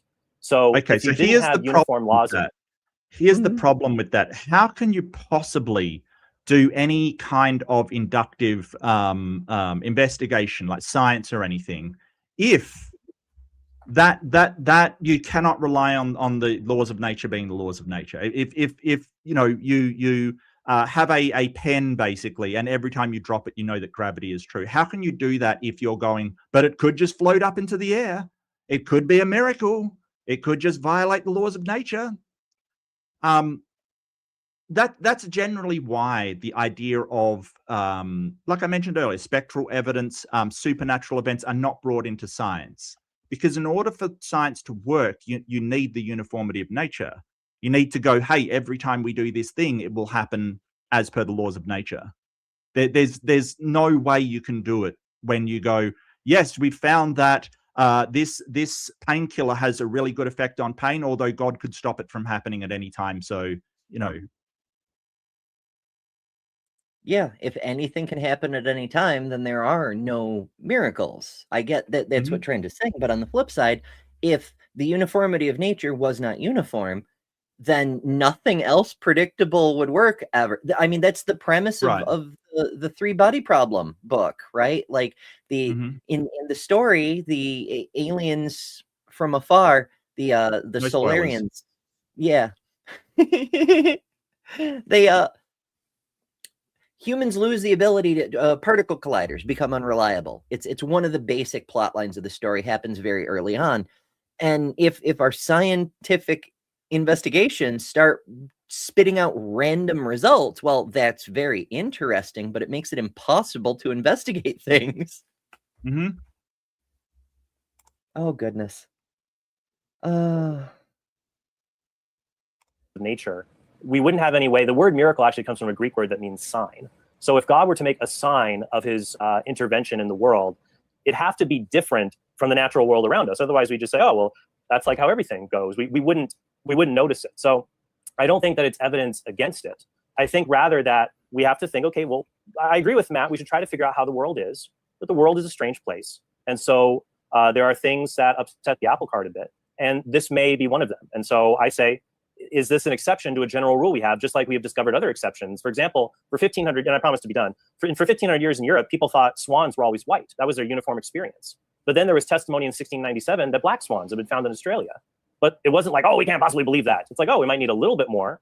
But if it's sincere, reliable testimony, that actually shows the world's very different from what we know. And I think the same can be done for the resurrection. It's plausible to have a different colored swan because we know that there are creatures that come in different colors. Like, there's black squirrels and gray squirrels and red squirrels. And there's albinoism. They can, come out with no pigment. Yeah. Like people might be like, okay, I've never seen a black swan. I don't know they exist. I'm inclined to believe that, swans are always white. Cool. But if someone says, hey, I saw a black swan, it's not like you're going, impossible. Like animals come in different colors sometimes. Yeah. Matt, why don't you respond to that question? Then I'll ask you a question and have Trent respond, and then you guys can get into it. Is this how you want to do it? Well, I just want to ask each of you one question and give you both time to respond, and then I'll let the two of you go at it. So I just want to give Matt a chance to respond. Oh my! Do we have to pay to watch?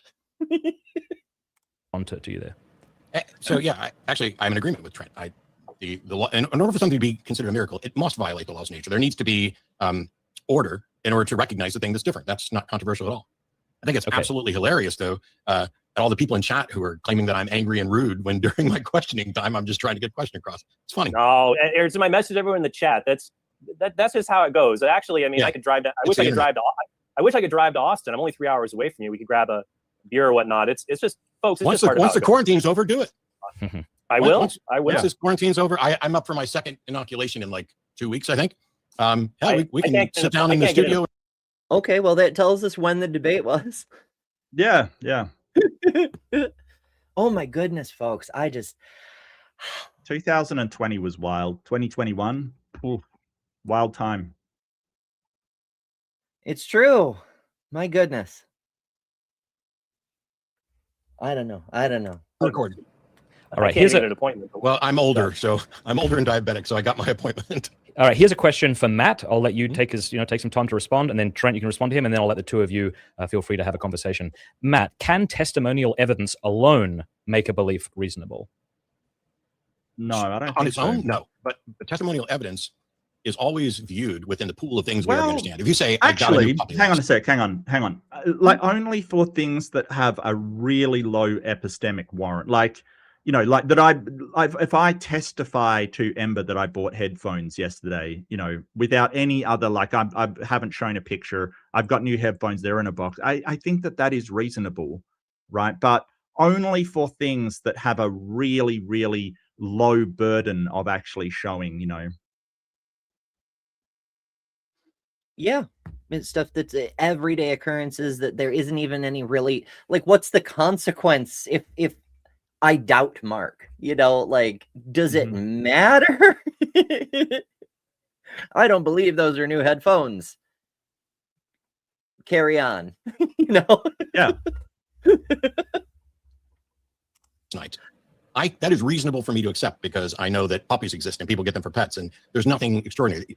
Everything about your claim is consistent with what I already know and understand to be true about reality via experience and evidence. So it's not, you could view that as, oh, your testimony alone is enough. But that's a colloquial thing. That is us saying, I will take you at your word. But the truth is, when I say that, I'm saying, I will take you at your word, considering all the mountains of evidence I have about how the universe already works. Trent. Okay. Yeah. What I would say is that I like in the what vast Matt's majority of saying cases, here. testimony. He's sort of saying that you can't really decouple someone makes a claim, it's got to be in this vacuum of knowing nothing about it. Is the claim true or false? I like what Matt's saying. He's sort of saying, hey, you can't really decouple a claim from everything you've already learned about how everything works already. Right? You always will come in with axioms kind of thing. And I think this is what Trent was talking about. He's coming in with the axiom that people can rise from the dead because Jesus done it. You know, so yeah. I don't know. In a way, he's got the more naive position, I think, because this is one of the reasons it's such a big deal when somebody tries to overthrow a paradigm in science. Like you might think, you know, Albert Einstein can walk in with his pile of equations and be like, behold, general relativity, Newton, get that Newton shit out of here. We're done with Newton. Yeah. No, people were like, I mean, this is very pretty, but we're going to need more. We're going to need some demonstrations. And so they do the whole Eddington expedition. We're going to go to the islands and Eddington. He tried to investigate. There was a solar eclipse in 1917, and I don't think it was him. It was another team that he sent. They went to Russia to get the solar eclipse, and because of the war, they got arrested and spent the rest of the war in Russian prison because they were foreign nationals. Like they're going to jail for science.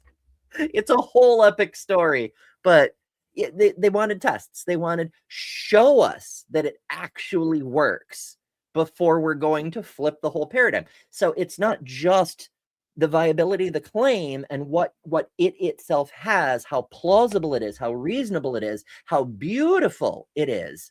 You have to show something that makes it better than the model we're already using. Yes.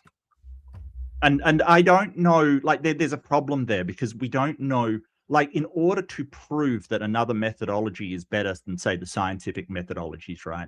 We would probably have to use the scientific methodologies to show it. So, you know, it's kind of this sort of catch-22 system. Either that or perhaps it could make better predictions, like the method could produce better results than the scientific method. But considering the scientific methods like have produced all of our technology, like all of it. And people like to say, oh, you know, it's engineers that produce that, not scientists. It's like, no, it is like even primitively going, hey, I'll try this. Does it work? No. All right, I'll try this. Does it work? That is part of the scientific methods, right? Like that is part of it. So sort of saying, hey, engineers do this. Yeah, but like even basic troubleshooting of a computer is the scientific methods. It is. Don't argue with me, all right? It is. We will fight over. Well, I'll break it down. Observation: my system's not working. Right? Questions: what the hell is wrong with my system? Right? That's the second step. Hypothesis: has the motherboard crapped itself? Right? Like, you know, this is going through the process, right? Testing, you replaced the motherboard. Falsification, it's still not working. It wasn't the motherboard, right? And then you have sort of, more questions like, but you've eliminated one part of it. What has changed? And then you basically go on doing that, do another hypothesis. Is it the power supply? Is it this? Is it that? Like that is the scientific method. And then the reporting is like, if you're working in that field, you would write up a, report of what was wrong with the system and how you fixed it. It is the scientific method. Yeah. It's formalized problem solving. Yep. Literally what it's for. Yes. Oh, I love that. I love that. I haven't heard that before. Formalized problem solving. That is an amazing description of it, actually. I really like that. Yay. We did a thing, folks. Science. Is sufficient. But in some cases, we might need a little bit more. So I think, for example, with the resurrection, I think we have very good testimony. So we have testimony going back to St. Paul, who was an eyewitness of the original disciples. So we have good.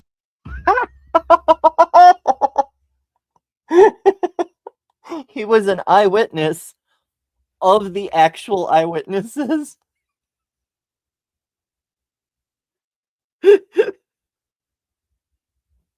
But he heard so many people make claims. He claimed. But he claims that a lot of people made claims. My older daughter once said to me that she saw Mickey Mouse inside our house. She saw Mickey Mouse was real. He was hiding in her closet. So I am an eyewitness to an eyewitness, and that proves Mickey Mouse is a real physical being in the real world.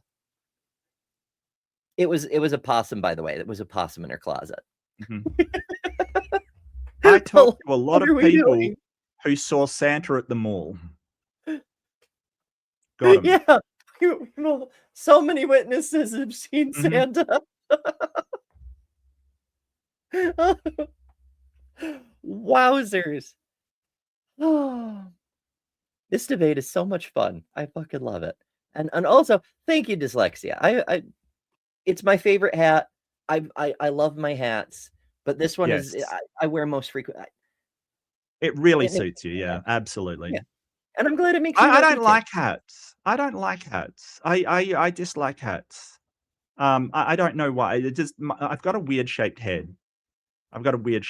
So it's always difficult. I should get on board with hats. I do wear them when I go outside. Like every Australian wears hats when they go outside. It's sort of absolutely necessary. Yeah, UV index here is out of control. The sun is a deadly laser. I blame the weasels. Oh, evidence absolutely. to believe, and even atheistic scholars, as I cited, like Paula Frederickson and Richard Carrier, on this, would say that the original disciples claimed Jesus rose from the dead, and this was motivated by a genuine experience that they sincerely thought this had happened. So, yeah, I would agree. Like a testimonial is something, one person's testimony for the mundane.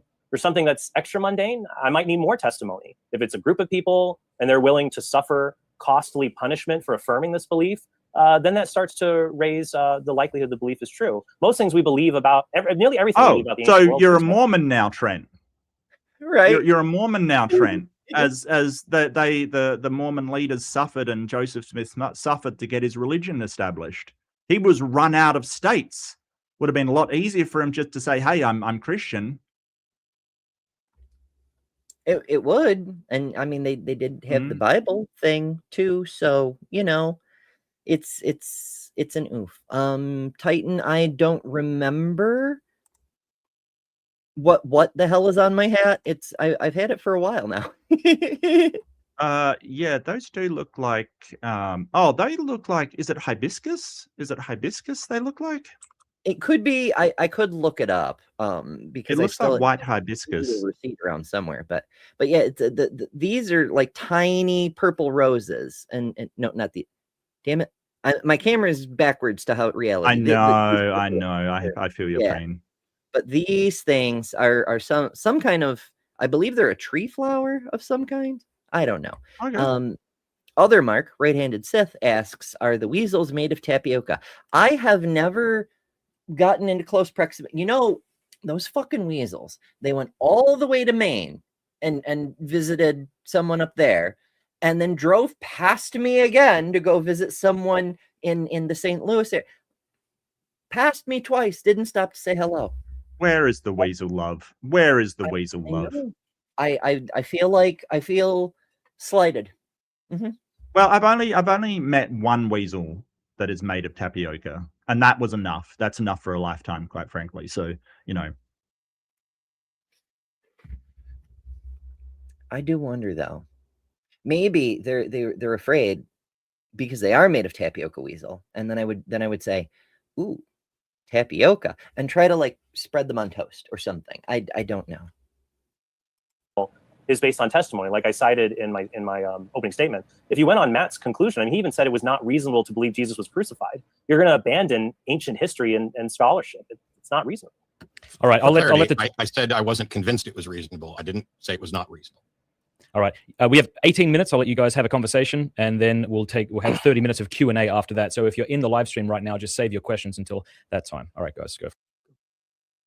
Oh, he's not going to save up the questions and then just dump them for the Q&A? That's very strange because, like, I mean, I guess however you want to do it, but I don't know. I like to, like, when I find, I don't do Q&As all that often, but when I do, I like star the things and save them and whatever. I'm silly, but I don't know. This had a weird format. Like I said, it was like Q&A, then closings kind of thing. It was really weird. So I just left the Q&A in. I'm not sure if we should do that or not. It was just a weird format all round. Yeah, I wonder if they did that because sometimes debaters, once they've made their closing, they're just like, Q&A, I don't care, and they take off halfway through. I don't know, but you know what I do know is a little about trades sent us a super chat because I have, according to my view counter, 40 eyewitnesses. So I'm reasonably confident it happened. Lil sent us $2. Thank you, Lil, and says weasels on toast. Yeah, that's how the weasel cult started. Absolutely. Somebody saw the face of weasel on their toast. We need a weasel toaster. Maya says a weasel toast. Oh my. Well, how do we do this without? I enjoy talking with you, Matt. You're fun. I do too, and that's gosh, I wish people could understand that more. That just because there might be a minute of raw doesn't mean that we're So you talked about having more testimony, and I'm on record as saying the plural of anecdote doesn't date us. So it doesn't matter how many testimonials you have; that alone is not going to be enough. And unless you view that in the broader stream of things. And the way I've explained this is that, like, my mom, okay, screw it. I don't like doing this, but my mom is a fundamentalist Southern Baptist Christian who believes she has seen demons. Okay. Now, I'm happy to believe that my mom thinks that she has seen something, but that doesn't mean that I'm justified in accepting that that she's correct about what she's seen. Yeah, Same so with this goes back to the apostles and stuff where he said, oh, those people had an experience. And it's like, yeah, but having an experience and actually having an accurate description of that experience is two totally separate things, right? We know that people with high levels of stress can have experiences which aren't real. We know that there's things like sleep paralysis, for instance. People literally see demons, over them because their brain is dreaming, but they're awake. Like, this weird shit can happen. No one is arguing they didn't have an experience. Mm-hmm. The question is, what was the experience and did they relay it accurately? Yeah, experiences can get weird, I mean, I've been so exhausted, I've hallucinated, as I've spoken about on previous shows. I've had my own near-death experience, which was not like anything else I've ever heard anyone claim, which tells me not that they're all liars and I'm seeing the real afterlife, but that it's probably a product of the brain. But I don't know for sure. Having an experience, it doesn't mean what I saw is real, and it doesn't mean that I didn't have the experience, It just brains do things. Those tricky brains, those meat computers that make us think we're a single cohesive entity instead of a cluster of cells and an infrastructure for bacterias. What did I used to say? They are reliable for a given level of accuracy. And that given level of accuracy is a lot to do with circumstances, like somebody, it's why when the police interview people, when it's a high stress environment, they will get all kinds of differences between what people have seen. It's a problem. Yeah. Aliens, or claim, sorry, people who claim they're abducted by aliens. Well, so it sounds like your epistemology, because if you notice my opening statement, I didn't use like natural, supernatural. I used usual, unusual, because like alien abduction, that's a natural occurrence. Well, what's the difference between, like, there are plenty of things that are unusual in my life, but usual and unusual. Unusual is like, that's a wide spectrum to go from, hey, it's unusual for somebody to win the lottery, even though it happens all the time. Well, to somebody was raised from the dead. I guess, like, what do alien abductions, resurrection claims? It seems like what they have in common is they're disputed and they don't happen very often. That seems to be like just basically what they have in common. So, like, what would we use to determine? Like when would it be reasonable? Well, I mean, alien abduction claims are quite a bit more common than they used to be, but details. But like, how would we confirm these things? I wonder. But Trent is partly right in that aliens, at least, is a natural thing. It's the sufficiently advanced technology is indistinguishable from magic thing, but it's still a claim that it is just advanced technology rather than the suspension of the laws. I mean, you see a UFO in a non-Newtonian spaceship doing their thing. Great. You tend to go, oh, they must have some kind of non-Newtonian drive system that uses a physics we don't understand yet, rather than saying it's driven by magic and goat sacrifices, or like that makes no sense. And I mean, there's some people that think that the miracles back in your day were aliens, chariots of the gods kind of thing. Eric von Daniken sort of had this thing of, all of the miracles and all of the magic in that people talked about in the old world were aliens. And, God is an astronaut sort of hypothesis, which has no real evidence for it. It's just, it conveniently fits. But it is more plausible than a god, because it's not a miracle, it's just advanced technology. And we know that advanced technology does exist, because there's a hell of a lot of technology like that the US has that I don't understand how it works. But there's no reason to think it's magic.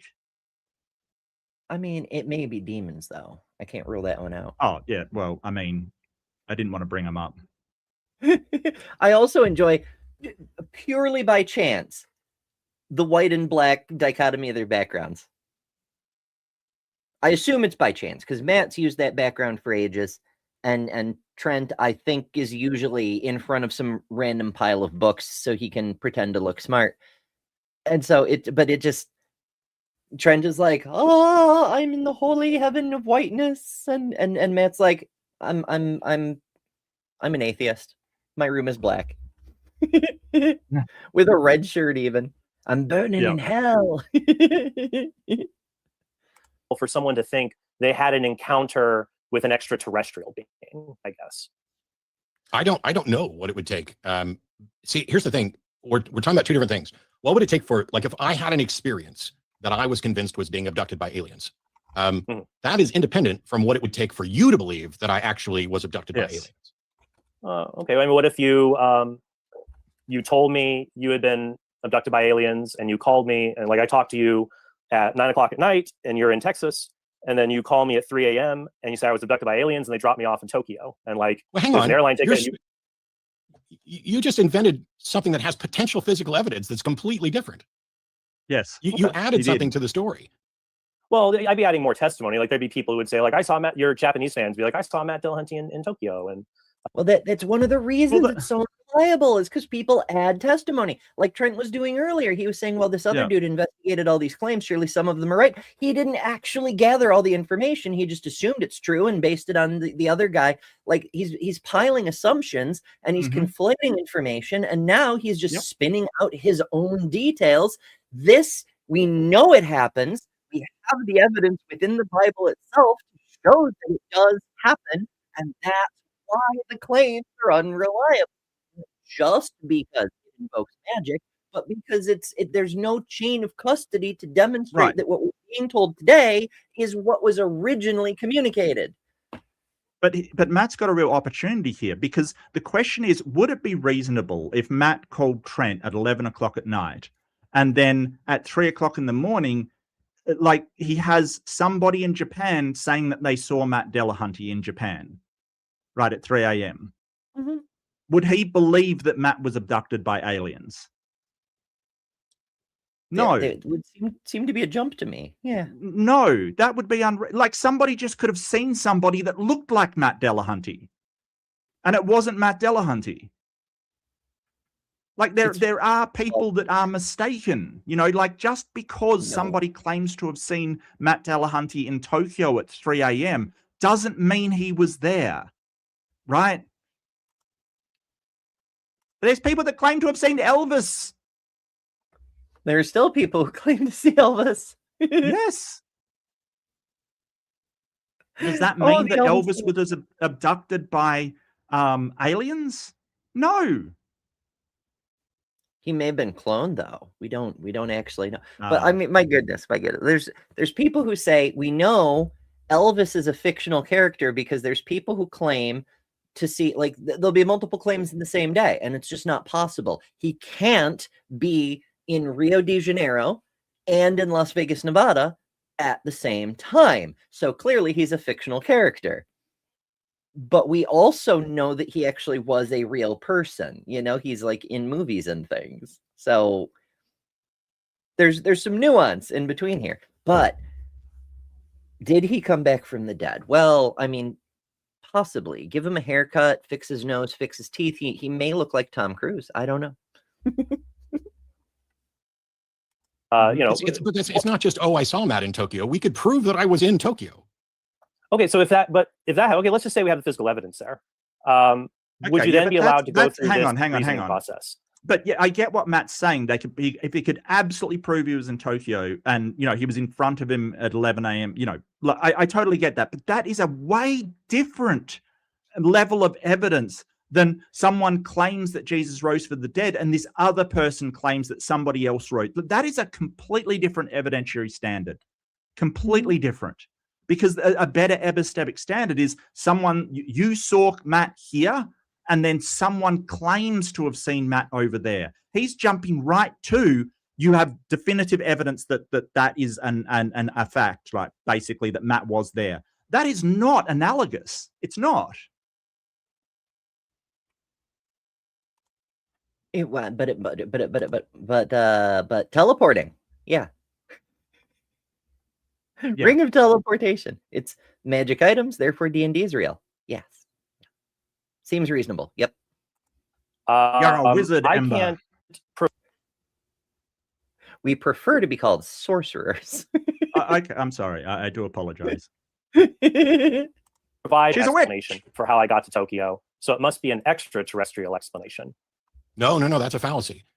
Well, then how would that circumstance with the physical evidence convince you you'd been abducted? No. It wouldn't. No, if my position is I don't have an explanation for how this happened, I don't get to invent one, and I don't get to claim it's aliens or angels or gods or demons or anything. If I don't have an explanation, then I don't have an explanation. And as much as that sucks, that's the truth. So even if, like, there was like Independence Day spaceships over the Earth, would that? I mean, I'm picking aliens because I'm just saying this isn't a natural supernatural question. I'm trying to figure out, like you say, we don't have sufficient evidence for the resurrection, but if you can't tell me what this is the funny thing. That there are people saying that they have seen spaceships over the Earth, and we still don't believe that they've seen aliens, right? And they're pointing to this whole government thing about aliens. Well, they're talking about UAPs, right? And there are pilots that see things and stuff. Does that convince me? No. If we found more evidence, would it? Yeah, probably. But we wait for that evidence. You know, even if it's a pilot, we can't just take a claim as being evidence. We can't. Yeah, it's if we believed every claim, we'd be in a really weird place. So yeah, we have to have like a cutoff point. Like beyond this point, we're going to need more. It's why that, you know, the conspiracy theory about there being a global cabal of powerful people that are abusing children, I didn't believe. And now I do. Because we got the evidence for it. Mm-hmm. And frankly, I'm quite furious that the evidence was hidden from us for so long. Like the survivors have been out there. They're Yes. around, and they were known, but they were kept silent. Holy Yes. shit. Mm-hmm. And yes, I'm Meanwhile, furious about it, but it's the not minions- reasonable. Yeah. Sorry, go ahead. I was just going to rant about the minions of the people who hurt them were spreading lies and bullshit about other people, Yes. claiming that they were doing what they were really doing. Yep. And we're all furious about it. Yes, but it's still unreasonable to believe. Like, because if you did that for every conspiracy theory out there, you would be one of those people that, you know, think that birds aren't real and you know, you can't drink water because it's bad for you. You only drink your own pee, kind of thing. Like, you know, if you did that for everything, it would be, your life would be a mess.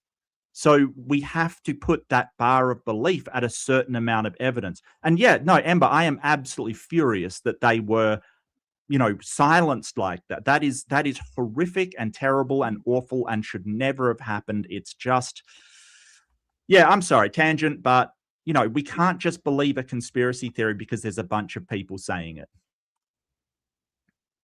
Right. We would have gotten there a lot sooner if we'd been allowed to hear from the people. Yes. We had the whole freaking Me Too thing, you know? Like, we Yeah. had that whole movement where we're like, believe the survivors. Holy shit.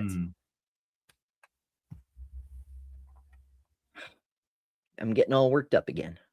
Sorry. I like, what would be sufficient evidence? How dare you bring up relatable topical things to expound on a point? Well, it's depressing. It's depressing.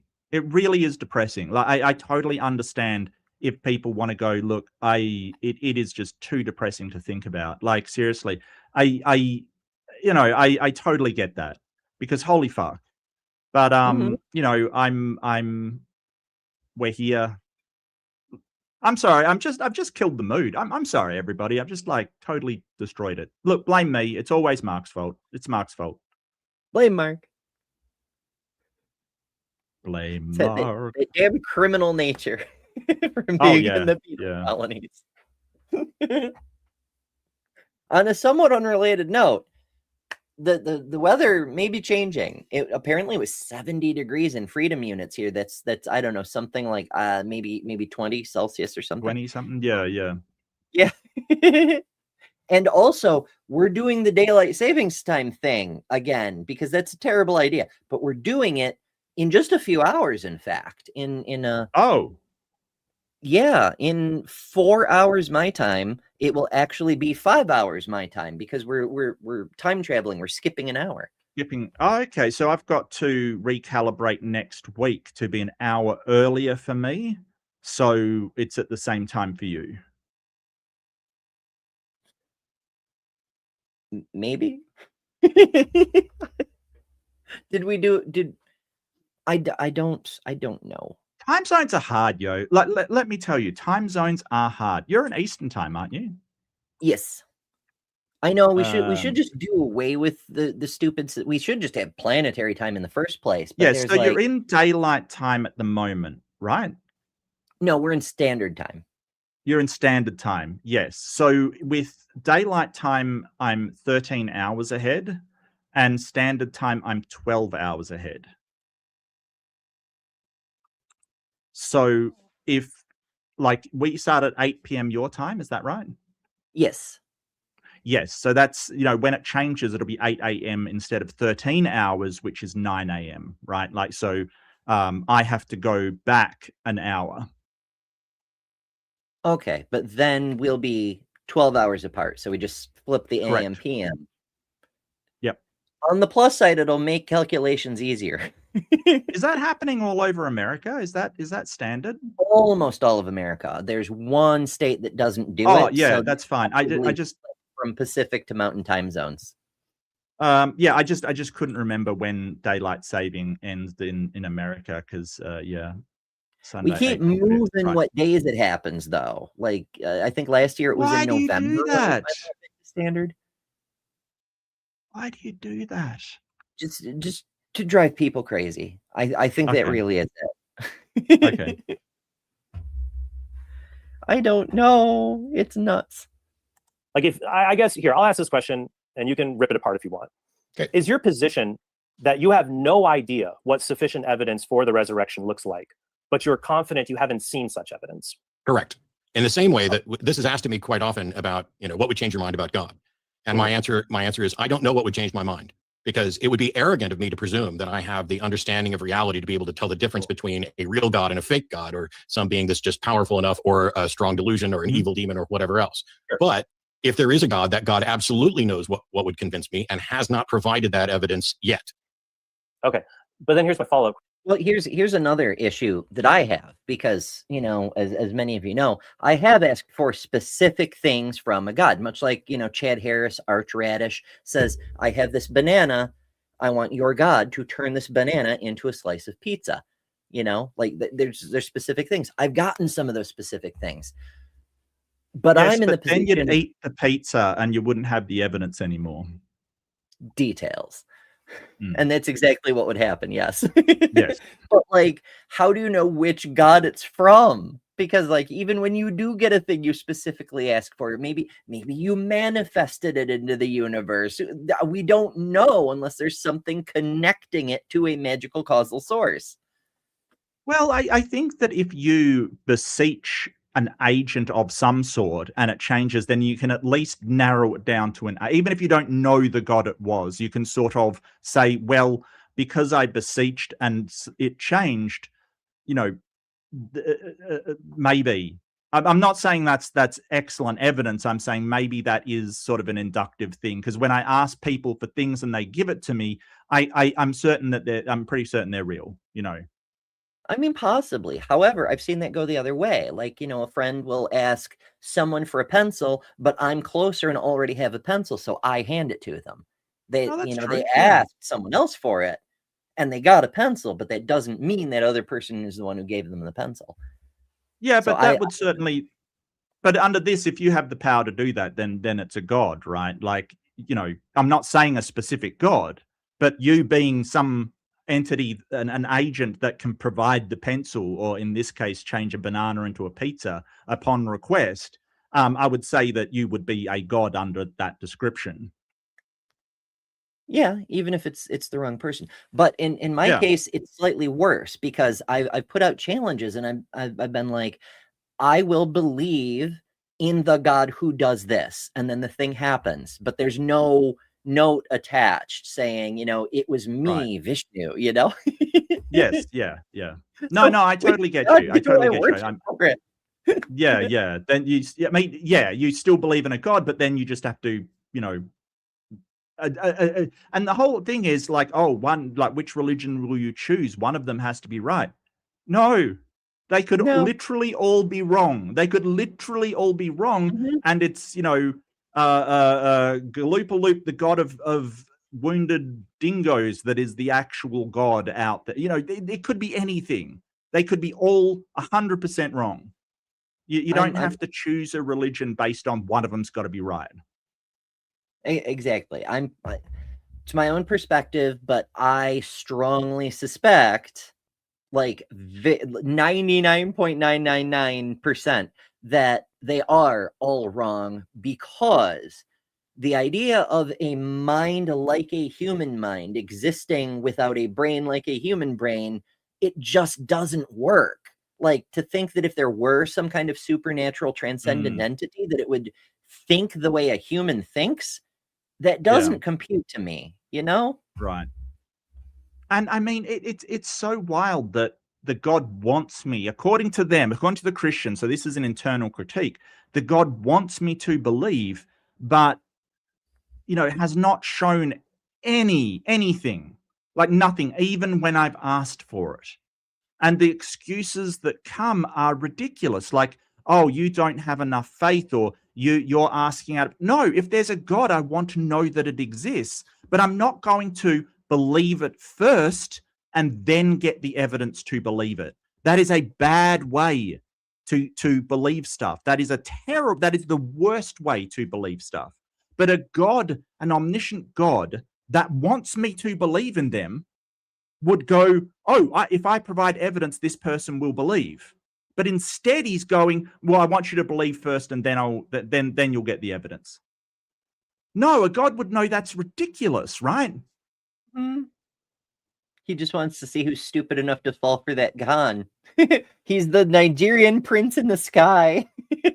Well, we can't rule that out. We can't rule out that a God does not give any evidence because he's going to throw everybody that is has such poor critical thinking skills to believe first, then look for the evidence to confirm it, into the pits of hell. Prove me wrong. Oh, that and everybody that goes, no, there's not enough evidence to believe this. I refuse to believe things first, and like a dummy. You know, he will go, oh well, you're into heaven then. Prove me wrong that that's not the case. Sorry, go ahead, Ems.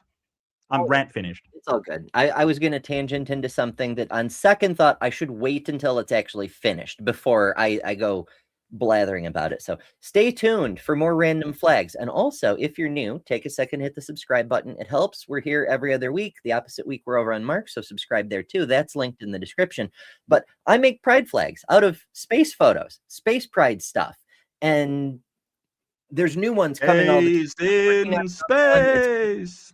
But yeah, find all of that stuff on my website at betterthanember.com. But that's what got me on that thing is I had an idea for another piece of merch, but I don't want to spill the beans about it until it's actually ready. So if you join me regularly, usually on the morning shows, I'll be like, hey, look at the new flag. You know, I'm trying to get like all of them gradually. I just released the queer flag the other day, which is already super popular because some people don't like the modern inclusive progress pride flag, but they don't really like the classic rainbow flag either. But the queer flag is a little bit different. Anyway, all the flags, find the store link on betterthanember.com. But I am digressing. But hey, we got a capitalism plug in there. Eventually, I'll have an actual ad. Once I get the next flag done, I'm going to make like an ad that like shows all the different flag, like, well, the ones so far anyway, the ones I want to do like the whole LGBT initialism, like L and there's the lesbian flag and B, there's the bi flag, you know, all that sort of stuff. It'll be great. It'll be spectacular. Let's say it'll be gay even. It'll be a gay old time. Yeah. It'll also be queer. It will also be, you know, it will also be lesbian. It will be everything. It will be everything. Yeah. It's weirdly, I'm having such a hard time with the gay flag because it's the one letter in the LGBT that I have no connection to. Fair enough. Yeah, fair enough. Question. If you don't know what the sufficient evidence looks like, you have no idea what it looks like, how can you be convinced you haven't seen it? Because what if you failed to recognize it? It'd be like if I said, I have no idea what a hygrometer looks like, but I know I haven't seen one. Seems like you've left yourself open to, you've missed it because you don't know what it looks like. I would never say, if I don't know what a hygrometer looks like, I would never say, I know that I haven't seen one. Okay. I could not say that I haven't seen something I don't know. What I'm saying is, no, Matt's right. And so, and all. Yeah. Like but yeah. What are those things from Rick and Morty? The weird device things? Plumbus. Yes. Like, yeah. The first time you brought those up, I'm like, I have no idea if I've seen a plumbus because I don't know what that is. Right. But that's my argument against what was the argument against sort of Platonic ideals? Probably. It sounds like the right conversation. Yeah. That was a weird one too. Look, if you're unaware, Platonic ideals are like everything that we have a concept of. So it's sort of an idealism, right? Like, so your ideas, like, just say you have a chair there. There's a Platonic chair somewhere, a perfect chair, the image of a chair that's basically real and exists, and all chairs are based upon it, kind of thing. Like it is the ideal substance of a chair. So people sort of point to, in Platonic ideals, that we've got all these people and there must be the perfect person, hence God. It's a roundabout way of basically defining a God into existence, essentially. But the problem is that, and I use this because there's a show called Rick and Morty. You might be familiar with it, you may not. I find it hilarious, to be honest with you. I think it's great. Give it a try. It's really offbeat and terrible humor, and it's based upon Back to the Future dynamic kind of thing. It's a good watch. But they came up with this. Yeah, so they're traveling different dimensions, and in this other dimension, which we're unaware of, they showed an ad for a plumbus. And it's just this thing that they made up with, like, oh, you've got to stroke the plumbus to make sure it does this. And it's just this entire ad on this thing that you don't even know what it does, right? But it says, oh, everybody in their home has a plumbus, kind of thing. Like everybody knows about this thing. And you're like, what? And it's just so ridiculous, so ridiculous. But according to Platonic idealists, there must be a Platonic plumbus that exists somewhere that all plumbuses are based upon. And how did that happen? Some idiot called Dan Harmon came up with this nonsensical comment that this nonsensical concept that forced this Platonic plumbus into existence. It's ridiculous. Yeah. I mean, have you considered imagining the greatest possible slice of pizza? If it exists in any possible world, then it must exist. I will eat it. I would eat it. Okay, so it can't exist because I would absolutely eat it straight away. The Platonic me would absolutely eat it. What if there's a godophage, a divinivore, or something like that? Like Lisa the Rainbow Giraffe. Canonically, Nil, the rainbow. The butterfly up yonder is Nil, the great not God and creator of creator gods, who created all the creator gods. It's right there in the name, so it's true. After Nil created all the creator gods, Lisa the Rainbow Giraffe came along and ate all the creator gods and then pooped out the universe. So if there were a real God, Lisa the Rainbow Giraffe would eat it. It's just how things work. And the fact we have a universe proves that's what happened. The opportunities for somebody to present sufficient evidence. What they have presented are fallacies and testimony. There's no physical evidence. There's nothing that would rise to the level of being admissible in a courtroom. Right. Okay. Well, at least in a courtroom. And there's a reason why we don't use So there's this thing called spectral evidence, and it's thrown out of courts, like just thrown out. It's basically visions, dreams, feeling, like people's, mystic feelings. It's called spectral evidence. And it is not allowed. And that was mostly due to Salem witch trials, where they put all of these innocent women on trial and convicted them on, Grammy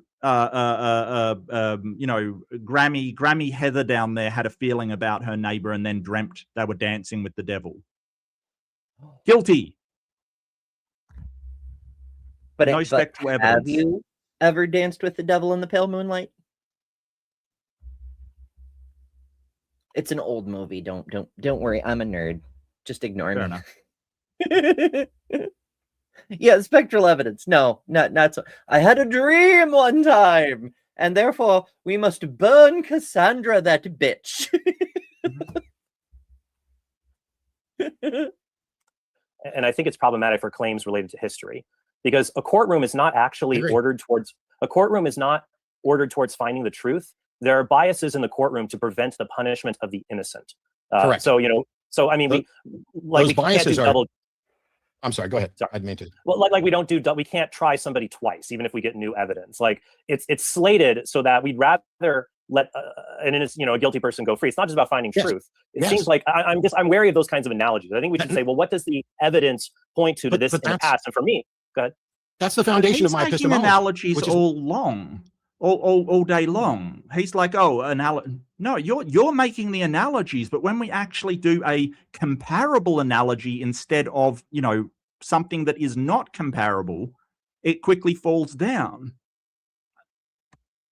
What is this man talking about?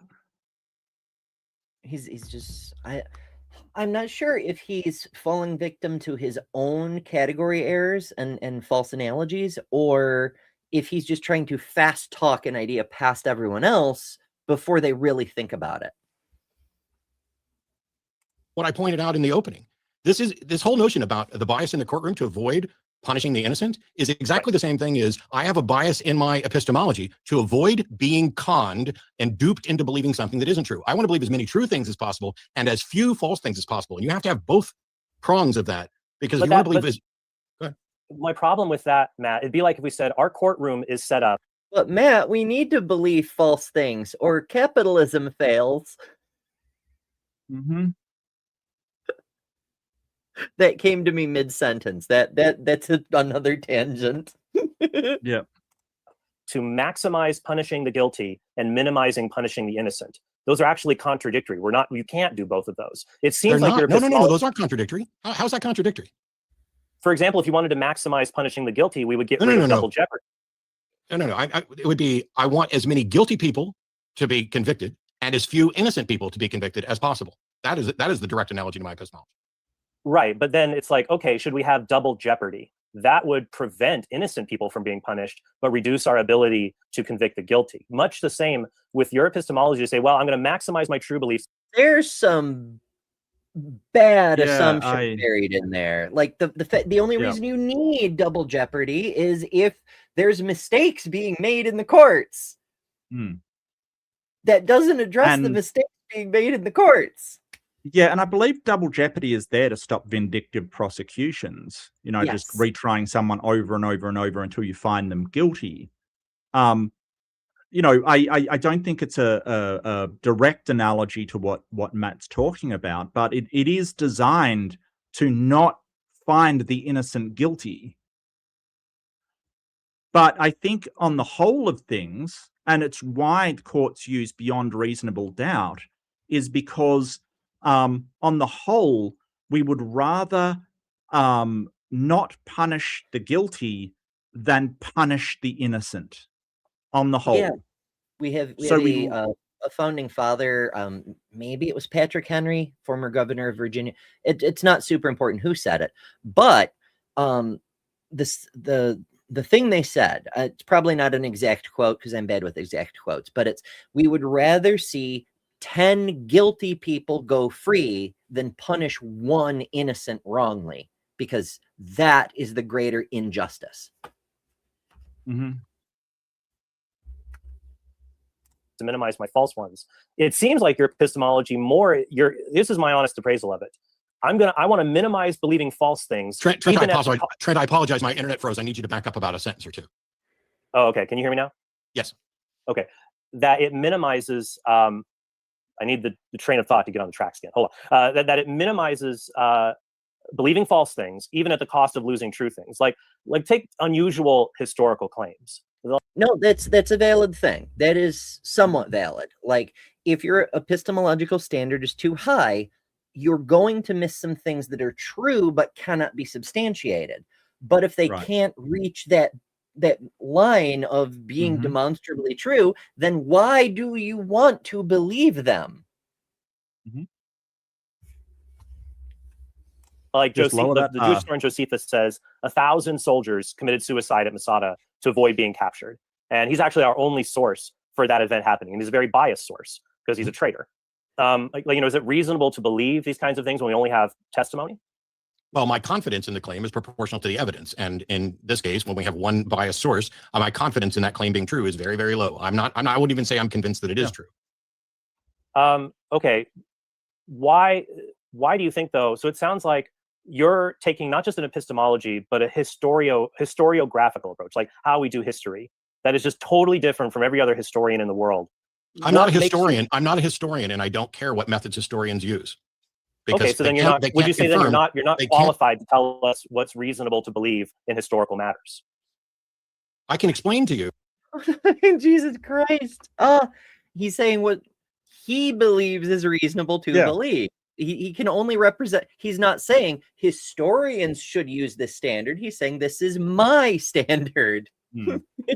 But But there is a point of, who should you believe about history? And I think historians, you'll rarely find a historian go with the opinion of one biased source. Historians will go, no, we absolutely know this happened on one biased source. If that is the case, if it is indeed only one source, Josephus, and he is biased, I don't think historians would really say, yeah, we absolutely know that happened. I think they will go, we think that happened. But if that's the only thing, I have a hard time thinking that historians are going to make declarative statements on one biased source. Yeah, I think Gary Habermas might be the only historian who might work that way and go, oh, well, I mean, I want it to be true, so it is. Mhm. What I do and don't find reasonable and why. I'm not a historian. Okay, what I'm saying is, though, what is reasonable for people to believe about the past, whether you're convinced of it or not, doesn't matter. You could say, well, I'm not sure this or that, but there seems to be evidence and historical scholars in agreement on this. And I'm trying just to go with the bedrock here, that Jesus was, just starting with Jesus, was crucified. He died by crucifixion. That's So every, just one it's second, not they Amber, I'm believe it, sorry. every historian in the world. Sorry, just 1 second. So apparently, according to, and this is just the AO overview, so do take it with a grain of salt. Check your own facts. Don't trust really anybody, including myself. It says that the Josephus is the primary source for these events. Does that mean there's secondary sources? Modern scholars debate the extent and details of these acts. Some, such as Masada, analyze based upon whether they're acts of heroic martyrdom or a more complex, desperate final stand. So, it's not like all historians are going, no, this absolutely happened. They're debating it.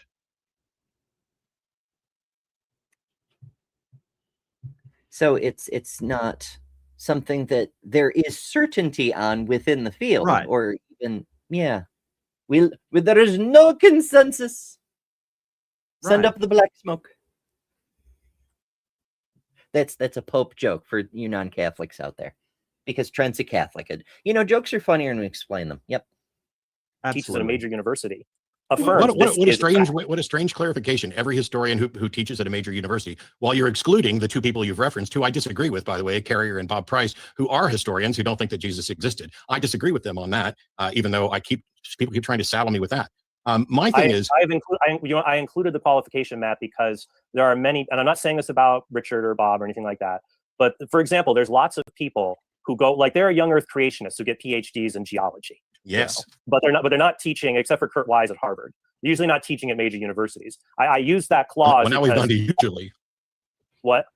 Well, now we've gone to usually because you had to add a Okay, well, that was one. That was just one. Yeah, well, and now you got one outlier. There's more people in academia, Matt, who believe the Earth is less than 6,000 years old and think Jesus was never crucified. So it's a fringe view. It's rejected. And I know you don't hold that view, but that's an it's just argument really, ad populum, because the fact that people are convinced of something is not a measure of whether or not it's reasonable. Reasonableness. So first of all, neither truth nor the reasonableness is determined by the number of people who believe it or how convinced they are. If you knew someone who is skeptical of getting a vaccine, would you think it'd be good evidence to them to say, Why, Trent? Why? that like all the major medical associations in the world say it's safe and effective? Yeah, but hang on. That is not the same as saying, hey, there's a whole bunch of people that believe it. It's like they have research.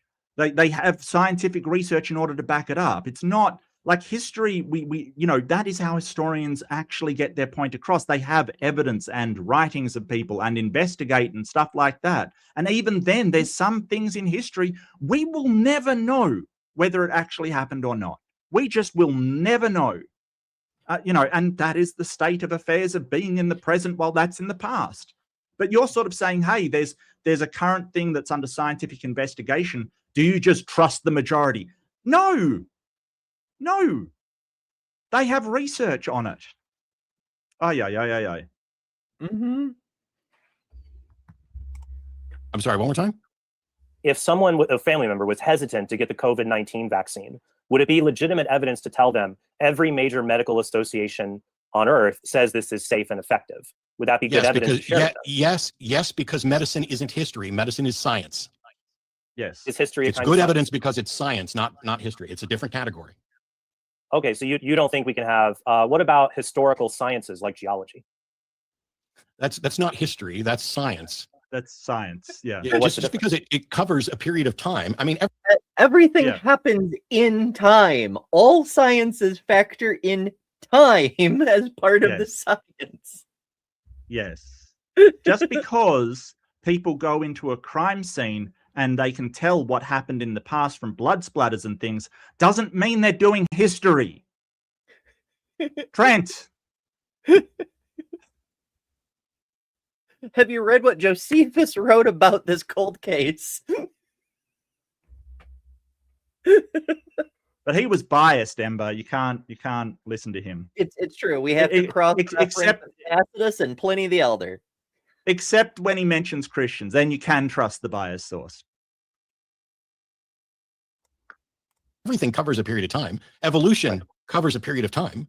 That doesn't make it historical science. It's science. You're putting that on there because you want to smuggle history in. Well, history isn't a science. Okay. Let me ask you, and if you have questions for me, you can. Matt Dillahunty with the. Let me. I'll come up with Matt Dillahunty with the STEM field snobbery going on here. Just thought I'd say that. It's. I know. I'm just thinking, like, is he gonna like stomp on psychology next, or you know? Look. You may not know this. I once took a debate, Christopher Mowdy, who I love Mowdy. I think he's fantastic. He's really knowledgeable in what he talks about. He does psychology and in like olfactory psychology, which is like how smells affect how you know, just really cool guy. But like he said, oh, we'll do a mock debate as a thing where you argue that psychology isn't a science. And I went, yeah, sure. He just forgot. He didn't tell anybody it was a mock debate. And people were so mad with me. They were so pissed off. Look, there is snobbery when it comes to STEM. I know, yes, I'm aware. Like, yeah, it's a problem. You have the humanities and stuff, which aren't taken as seriously kind of thing. There's the hard sciences and soft sciences, and psychology definitely falls within soft science kind of thing. Hard science is things that are objectively true, like, you know, cosmology, chemistry, mathematics, you know, just these real clinical, you know, things. But stuff to do with statistics and things are usually put into soft sciences instead. Because I mean, oh my goodness. So there's validity to psychology. There's some good information there. Yeah, and it is a science. Yes, the information is necessarily large data sample. It's statistical, and statistics don't apply to individuals, and so you can't use it to determine something specific about an individual. I mean, you can gain a lot of information and create like diagnostic criteria to help analyze what might be troubling a person, but it's like levels of confidence kind of thing, rather than here's a test, boom, we have a result, you know? Some at some point, but this is a sure. good conversation. Sure. I would say that we kind of diverted from the courtroom thing, because on this notion of wanting to convict as many guilty and as few innocent, which is the same as believe as many true and as few false things as possible, neither of those set up a contradiction, because one category is about guilty people, one category is about innocent people. There's no contradiction there, because what I'm saying both with the epistemology and with the courtroom is this: I want my internal model of reality to match reality as best as I can, and I want the justice system to be as just as possible. Sure. So then the question is, should we have double jeopardy? Like, we don't try somebody twice for the same. No, because it is an injustice to continually prosecute someone until you find them guilty. That is a huge injustice. It's bad enough to go through one court case where you're innocent, trying to prove that you're innocent, much less repeated ones. I think that's very unjust. Yeah, and it's a reaction to a specific technique that was done back in the day, when people didn't want to be seen like arresting their political opponents, but they could accuse them of wrongdoing and just keep trying them over and over and over until they were bankrupt or died of old age or what have you. And like, you can't do that, bestie. So there needed to be like a barrier to prevent people from doing that. Yes. And at some of these rules of institution, it doesn't seem like it is just for individuals, right? Like if you look at an individual case where someone obviously did the crime, the prosecution completely screwed up, right? Like just say something like the OJ case, right? The prosecution dropped the ball in the most major way possible, kind of thing. Like it was terrible. Like I watched a thing on it, and yeah, stuff like letting him put the glove on, and he's basically going, "Oh, I can't fit it on," in the middle of the, stuff like that was just terrible. So you would, it's not just that he gets away with it, right? It is not just, I absolutely say that, but we're looking at the overall. Like we can't look at individual cases for applying justice. It has to be over the entire system. So Trent here is more just saying, oh, I want it to be just, but here's an instance of injustice. Yes, but we have to talk about the rules of the institution, not whether one instance is just or unjust. Because, sort of someone being found not guilty and then being put back right into prison and accused of the exact same crime, that is not justice at all. Mm-hmm. And again, the basis of the reason we do that is because we would rather see guilty people go free than innocent people imprisoned. Yes. On principle, because there needed to be some kind of tiebreaker, some kind of principle to apply a standard to make the justice. Because you, like Trent says, you can't have absolute justice and absolute fairness, however he phrased it, because Mercy. Because there's humans involved. There's errors. And so if there's going to be errors in the system, you have to have an overriding principle that errors happen. Therefore, the default position has to be innocent, and the burden is on the prosecution to prove guilt. That's why we do it that way. Yes, absolutely. And there's some strange rules as well, like no hearsay. And it's because hearing someone say something is not evidence. It's just a testimony, right? Like, so hearsay, oh, I heard them say that they were going to rob the bank. That is not evidence. That would not be allowed in a court case. It's hearsay. Yeah, which is it's so wild that they consider it to be. I get that, like, the Bible is not a trial, but like they constantly are like the case for Christ and making trial analogies and whatnot. And it's like there's nothing in here but hearsay. What do you mean? It's not a case. And stuff like there's some weird things in law, like fruit of the poisonous tree kind of thing, when someone has gone in and found evidence without a warrant. Well, it's because cops in the past have gone in and planted evidence and said, look, I went in and found this.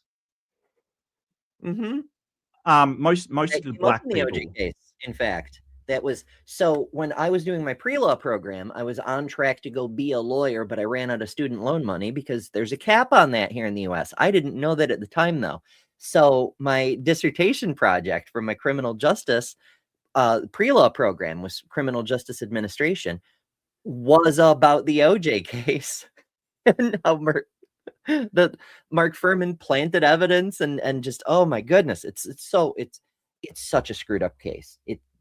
My God, if either you were alive through it and I don't have to tell you, or you weren't and you don't care. So I'll just we'll just move on. Well, Polytomorphic says hearsay is different than witness. Like, so witnesses will say what they've seen and what they've experienced and what they've got access to. So if you say, oh, you go on the stand, you say, I saw him robbing a bank. That is perfectly reasonable evidence, right? Like, that's perfectly reasonable. That's a witness. But if you're saying, hey, I heard somebody say that they robbed the bank, that's hearsay. I mean, it gets a bit more complex, but basically they don't allow hearsay evidence because it's not evidence. You didn't see anything. You heard somebody say something. And it's super easy to get something wrong or to make something up. I mean, hell, we had an incident here in the community earlier this week where, a person said a thing and a word got changed, and it changed the whole meaning of what was interpreted to be happening. And it gets really messy, which is why we don't put a great deal of stock in hearsay. There are a Right. couple of rare cases where hearsay is admissible, such as when you're referring to statements made by a person who is deceased, so they can no longer Okay, give yeah. direct testimony. Right, But right. Gotcha. I'm not sure whether or not I'm opposed to having a no, or well, hang on. The no double jeopardy seems to me to be a case where guilty people are getting away with it, and so I would prefer a justice system that didn't allow guilty people to get away with it. The problem, But then is if you'll see this coming out. the problem is that you could keep innocent people going back over and over and over and over again, and while they may never be convicted, you're now wasting their time. And so, in that sense, we do this knowing, okay, both with the epistemology in the courtroom. So when I say as many true and as few false, as many guilty and as few innocent, I do it with the recognition that there will never be perfection, that there will always be some. I'm always going to believe something that's false, and I'm always going to. Poor Matt has been red herringed, because there's a clock on this section too, and now we're talking about why the legal system is the way it is. We can tangent all day because we can stop them, but like they have a timer, and this is a thing to watch out for, folks. The red herrings, the smoke screens to distract you, the red herrings to lead you down the rabbit trail, so you're talking about anything else except the debate topic. Well, I think that I think it's a really good place to go back to what's the evidence for Jesus, like, because this was started by Matt. So yes, I grant you that it is a bit of a red herring, but he didn't bring it up. Matt said it wouldn't pass in court. So Matt started this chain of reasoning. So I can't say that it's a red herring because Trent didn't. Yeah, Trent didn't throw it out, but he's got a really good point. Drawing it out. Yeah, absolutely, he's drawing it out. But I would circle back, and you know, Matt's an excellent debater. I have no doubt he will. But circle back to, you know, if this, you know, there's a reason why the reason why we err on the side of innocent. We basically, you're innocent until proven guilty, is the same reason that we don't believe until you have sufficient evidence, or you don't believe unless it's reasonable, sufficient evidence. Essentially, it's because it's better to be wrong about that person being guilty and they're innocent than put an innocent person in jail. And it's better to be wrong about something being true than to believe things that are false. It's better. Because if you went on the same level of evidence that Trent is providing, you would have to believe every single religion, and they're all contradictory. It would be a mess. So the thing is, it's you know, he's right. He should just circle back to, yes, but you know, in order to convict God of existing, you know, you're basically saying that somebody said they saw something in a book from ages ago. Actually, no. Somebody saying that they saw, that somebody saying that they heard somebody saying that somebody did something in a book ages ago.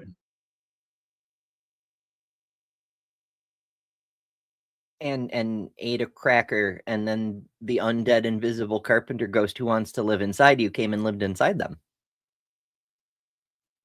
Possibly. Yeah, I mean, that would be a better demonstration, at least. I mean, if they're an invisible undead carpenter ghost, then I wouldn't be able to see them enter the person's body. But at least that person would have some information. Mm-hmm. And who saw these details? That's the other thing. Like when you have a witness who sees something, right? The only way you can evaluate whether that testimony is true, witness testimony is true, is really with the character of the witness. And it's why lawyers try to attack the character of witnesses a lot.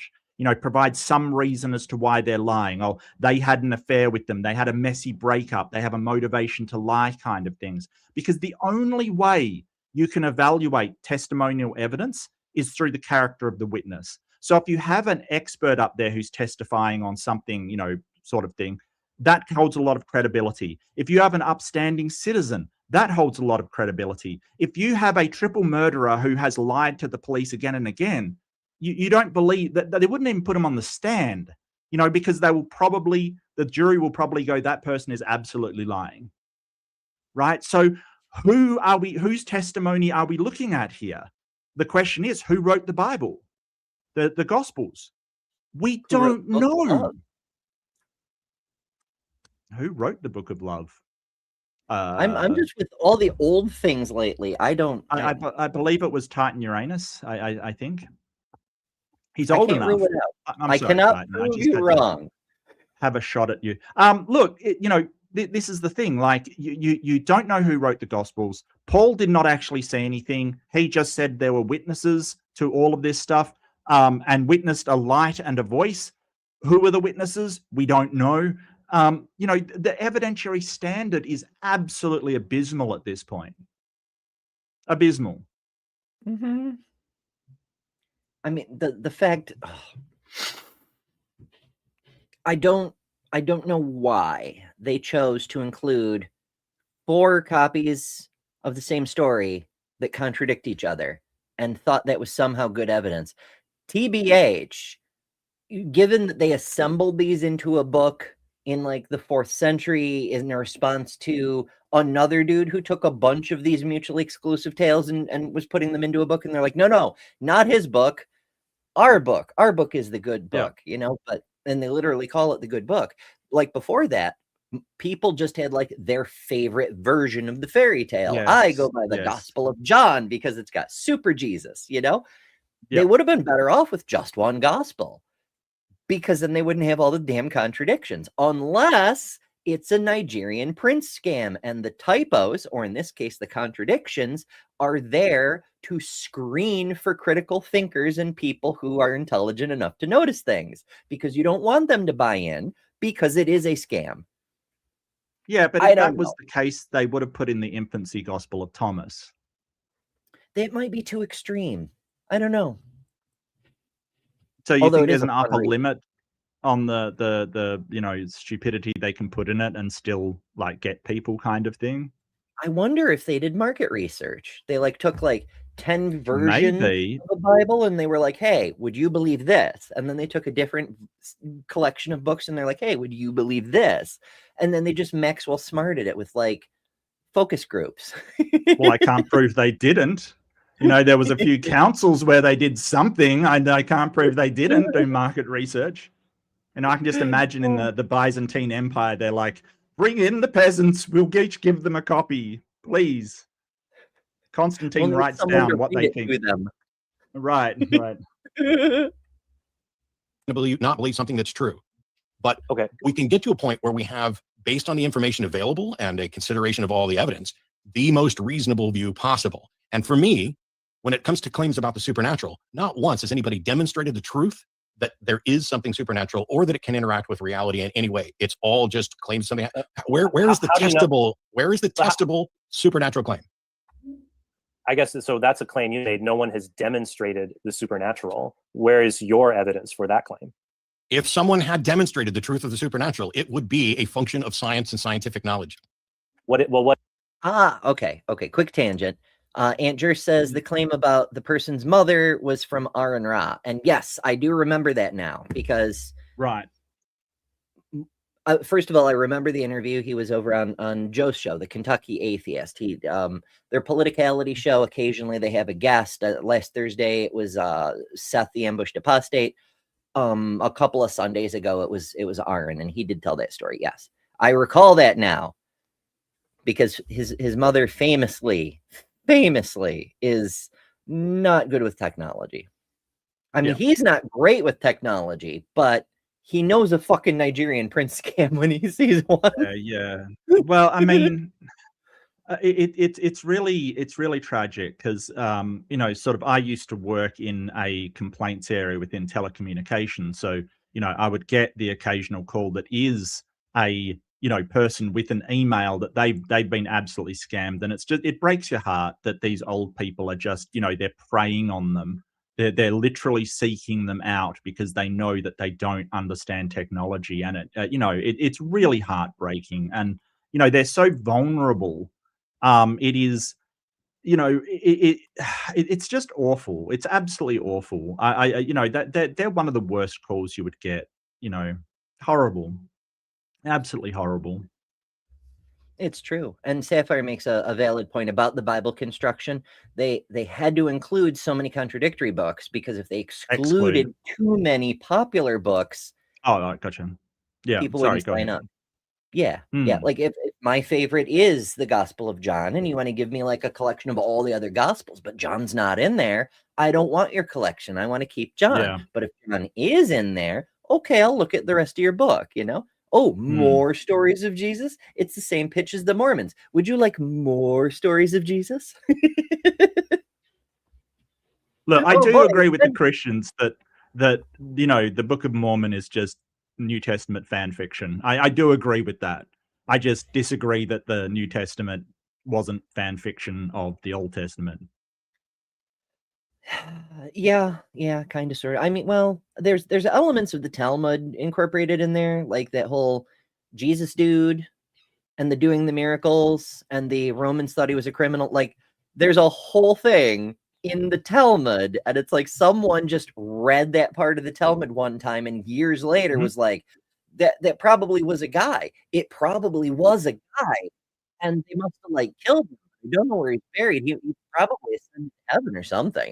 And like that, I really, really appreciate Paul G's minimal witnesses argument, but you don't even need the minimal witnesses. Someone has to bring a passage from the Torah completely explains Christianity. But I digress. What is science? Science is knowledge. It's literally what the word means. They're the same thing. No. Well, that's what- No. We're Cathobining now. Yeah, no. Scientia was the Latin term, and it basically is science. It is. You know, that's the etymology of the word, but that I would disagree that that's what science is. And I mean, science is. It's very hard to describe because when we use it in a way colloquially, sort of to say, oh, how do you know that? Well, it's science, right? Like it is science. It is a descriptor, a label. And I get how it's used, but you know, the technical thing of science is a methodology. It's a process of doing things. But I get colloquially, you can use it in all, you know, I'm going to science it up. You can use it as a verb. You know, I'm going to science the shit out of this. You know, like it can be used all over the place. But you know, I think that when you're technically referring to science, it is the process we use in the scientific methods. But, you know, I'm really nitpicking at this point. Splitting hairs, you might say. Well, I don't have any of my own, so I've got to split somebody else's hairs, yes. Origin of the word science is, but the method. So, like, if science is about trying. If I go downstairs and look in the fridge and I see that my wife put Coke in there and I have new knowledge, did I just do science? Yes, you did. Science is not a beaker. Science is the process of investigating the world to come up with the best explanation possible. Science does not make proclamations about truth. It just says, based on the information, here's the best explanation we have. That's exactly what science is. So just to jump in here, what he has done is make an observation. I'm really thirsty. Ask a question. Is there a Coke in the fridge? So the hypothesis is there's no Coke in the fridge. He opens the fridge, so he does testing. He has falsified his hypothesis that there is no Coke in the fridge. Yes, he has done science. Yeah. But he may not have formalized it, but yeah, it's not formal science. But here's the thing. It's used like so a lot of words. It's highly contextual. So when you're talking about science, we understand it colloquially as, you know, generally the thing that scientists are doing in their institutions, in their labs and things like that. But it can have different usages depending on how it's being used. It's called a polysemous word. It has different meanings depending on the context. So it can mean you just testing something. It can mean all kinds of things. But when you look at the technical definition, the methodology is what it is. That is the process. So yes, you could say you've done science. You have falsified that there is no Coke in the fridge. Matt's not wrong. it's true. Yeah. Valid results, even repeatable results, even. Ooh, yeah. Science limited. So what it tests, it can only test things that are material in nature. Like it deals with things within the material space-time universe.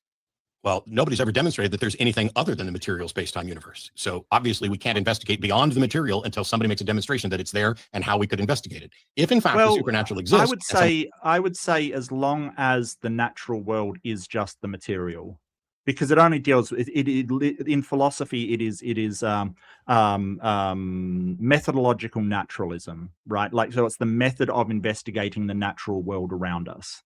So methodological naturalism, if there is it can't investigate the supernatural, right? Or whatever people describe as that, something that doesn't fit into the natural world. No, it can't investigate that. But if the immaterial is in the natural world, like, I don't know, energy or some kind of, background radiation or something, then it can. It's part of the natural world. So I'm not sure what they mean really by immaterial, because it sounds sort of like supernatural to me. It sounds like defining something by what it isn't rather than by what it is. Exactly. They're trying to conflate. They're like saying the immaterial is real because light is it's energy waves, it's frequencies. Tune into your inner Atlaman or whatever, like all of that. Harmonize your crystals, align your chakras. But yeah, like there are things that are not material in that they're not a physical object, but they still exist in the natural world. Infrared radiation, When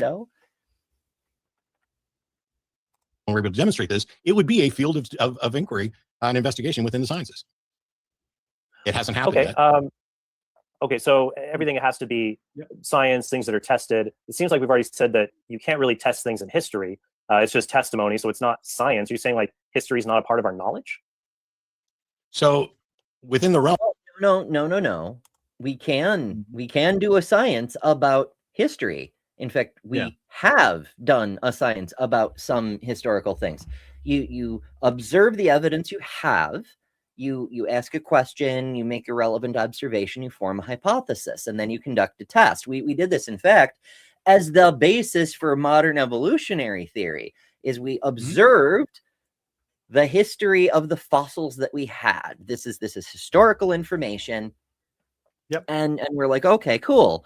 Based on this model, the Darwinian model, we can form a hypothesis that there will be this specific kind of transitional fossil found at this specific layer.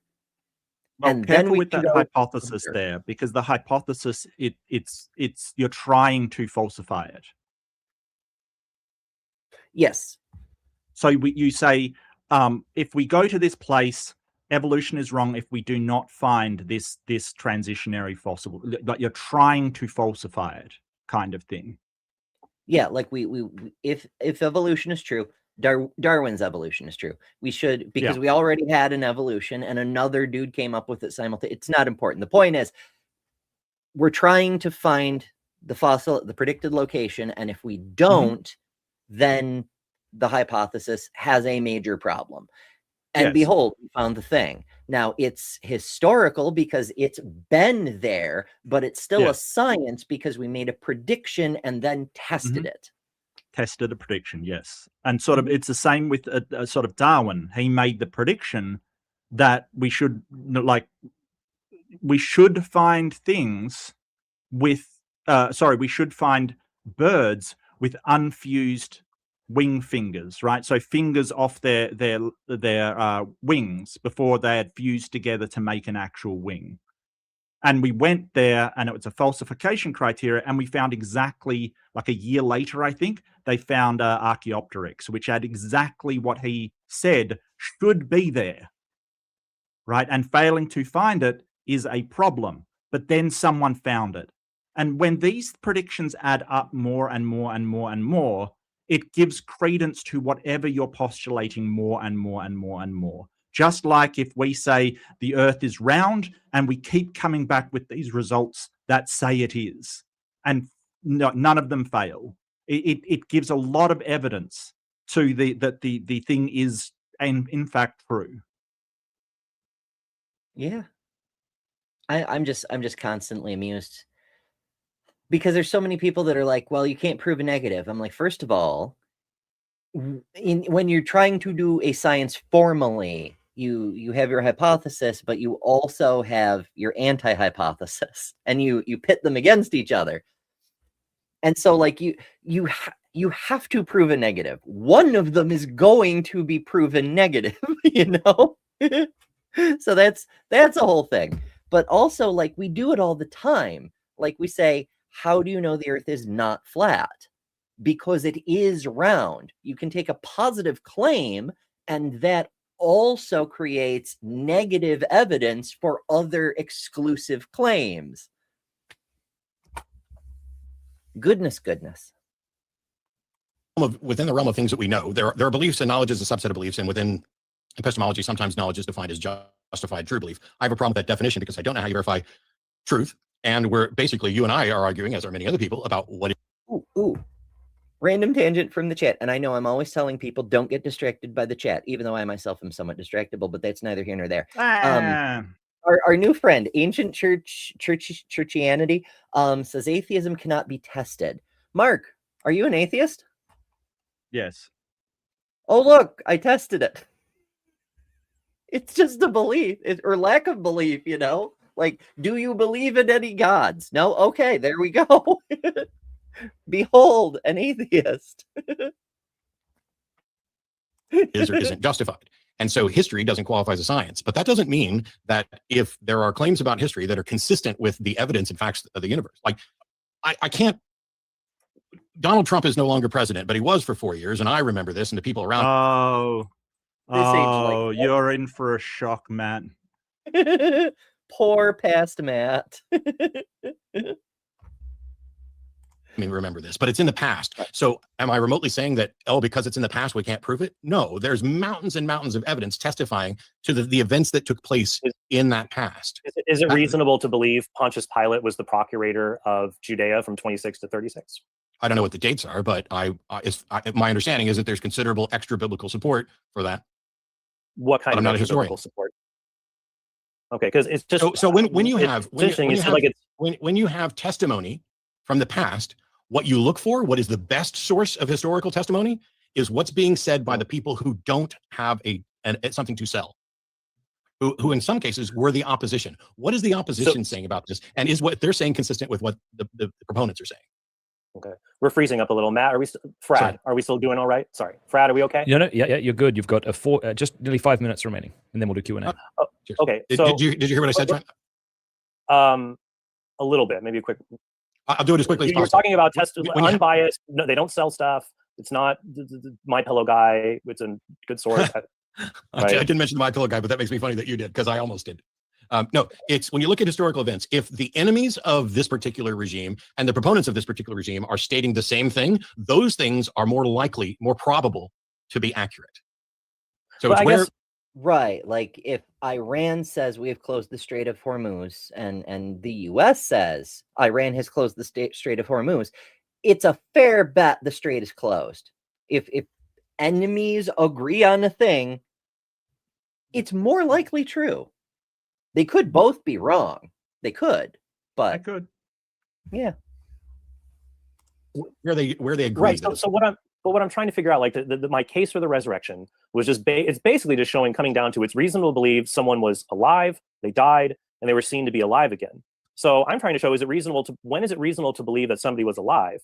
And for Pontius Pilate, you're saying, well, there's an extra biblical source that tells us about him. Why isn't the Bible sufficient to tell us who was alive and did certain things? These are just ancient documents. They're not just ancient documents. They're a curated collection of ancient documents from a source that's trying to sell you something. By the way, is the Roman historian Tacitus trying to sell us something? You don't even have to go there. It's that the credibility of any document rests upon the person that actually made the document. Like we don't just go, hey, during World War II, there was a whole bunch of pamphlets that say that America was bad and evil and would kill I mean, that might actually be true. I'm joking. Please don't crucify me. Look, we don't just believe these pamphlets. We know that people in the past have produced propaganda. They have produced politically motivated stuff. They produced religiously motivated stuff. You don't just read the Bhagavad Gita and go, oh, well, if there was written, ages ago by a bunch of people in India, it has to be true. No, like, come on now. This is the lack of intellectual consistency. It's like, oh, but it was written and it has these people that we don't know who wrote it. We do not know. Matthew, Mark, Luke, and John are anonymous. They are. I'm really sorry, but they are. None of them said this was written by this person. For the most part, the early church went, hey, will compile these stories, usually about 40 years after the supposed event, and said, hey, we're going to attribute this one to Luke because he seems to write like a scribe. Yeah, Great. and we do know Great. from the historians at the time that the Mark we have is not the original Correct. Mark, because I think it's either Tacitus or Josephus, not my specialty, so I fuzzy the details from time to time, but one of them referred to the Gospel of Mark as basically a collection of sayings rather than a narrative of the resurrection story. So it's definitely a different Mark. What happened to the original Mark? We don't know. We lost the book. We've lost a bunch of books. But also, not only is it a curated collection by people who want to sell you something, but like Mark said, testimony, whether written or spoken, depends on the credibility of the speaker. They're anonymous, but the people who assembled the collection included things that we know are false, like Moses, for instance. So if you're taking the credibility of the collection as a whole, and there are things in there that are definitely false, that casts doubt on the other things that aren't definitely true. Like, we can confirm Jerusalem existed externally. Cool. So the whole book isn't false. There's some true things and some false things. But this hypothesis that something miraculous happened, that many miraculous things happened in a book that has known falsehoods, is very suspect, which is why we need external verification. When he's writing a history of Rome, Tacitus, and is Tacitus paid by is not Roman a contemporary. Tacitus is not a contemporary. That is after the fact. And right, Tacitus, so there's plenty of people who by the way, Tacitus never wrote about Christ. Never wrote about Christ. What Tacitus wrote was there was a bunch of Christians around at the time, right? Later on, that believed their leader rose from the dead and was God. That's what he wrote. He wrote about Christians, not Jesus. There's a big difference between that. Oh yeah. Like, for example, Josephus wrote about the people who lived in the Arabian Peninsula and their tribal beliefs. Like, the fact there are people who have a belief doesn't mean the belief is true. Who think they saw Elvis in supermarkets after he was dead. Why don't we believe that Elvis was resurrected, or that he was abducted by aliens, or that he never died? Is that reasonable belief? That question? Yeah, I was saying, is that reasonable belief? Okay, well, there's three different claims there. One would be that seeing Elvis alive after his death does not necessarily entail resurrection. It could entail that he faked his own death, which is unusual, but people have faked their own deaths, right? Or it could be an impersonator. It could just be somebody you think looks like Elvis. You could be mistaken. No, people don't make mistakes. Oh, sorry, I forgot. I just love going back to like the veracity of the gospel stories and how, like, I forget if it's Matthew or what, one of them. Again, not my specialty. It describes, like, Mary Magdalene sees the tomb is empty, turns around, and there's a guy who looks she doesn't recognize him, but that's Jesus though. He's resurrected, but he like re-rolled his character selection and his stats are all different. I'm like, why would you include this? Because this clearly contains a high likelihood of mistaken identity. Like, it even says it doesn't look like him. Why would you put this in your propaganda? It includes the doubt. Maybe because it made it seem more honest, like there is reason to doubt, so you have to have faith. I don't know. I agree, but Elvis's body is buried and we can exhume it and check. Right, exactly. And we don't have that countervailing evidence with Jesus. That's what makes believing that you saw Elvis after his death. Remember, I gave 3 tests for reasonability. Test 1 is it doesn't contradict an established fact. We have Jesus. We have Elvis's body in the ground. The National Enquirer paid $18,000 to get a picture of his body. So we have testimony from the medical exam.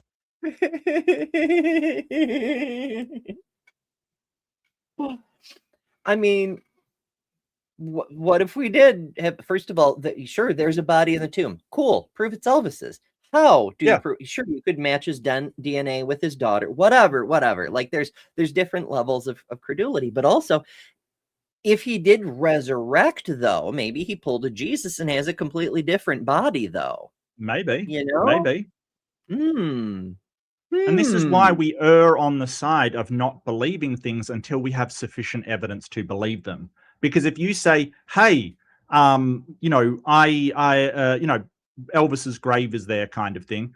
Well, I can't prove that someone didn't switch the bodies and it's actually imposter in the grave. Then I'll believe everyone that claims to be Elvis is Elvis. You've got some problems there. Uh-huh. Or believe everybody that claims to have seen Elvis. You know, you've got some massive problems with believing that Elvis resurrected and was an alien and, you know, was the miracle worker over. Yeah, you've got massive problems with sort of, you know, conflicting beliefs. Yeah, there's another apocryphal thing running around about Elvis that I think it was in Los Angeles, like every burger place in a certain part of town has like Elvis's favorite burger, because apparently he came in and ordered the same thing every time and it was a little weird compared to the normal burger, but every place that has one offers a different recipe. Like they're all different Elvis's favorite burgers.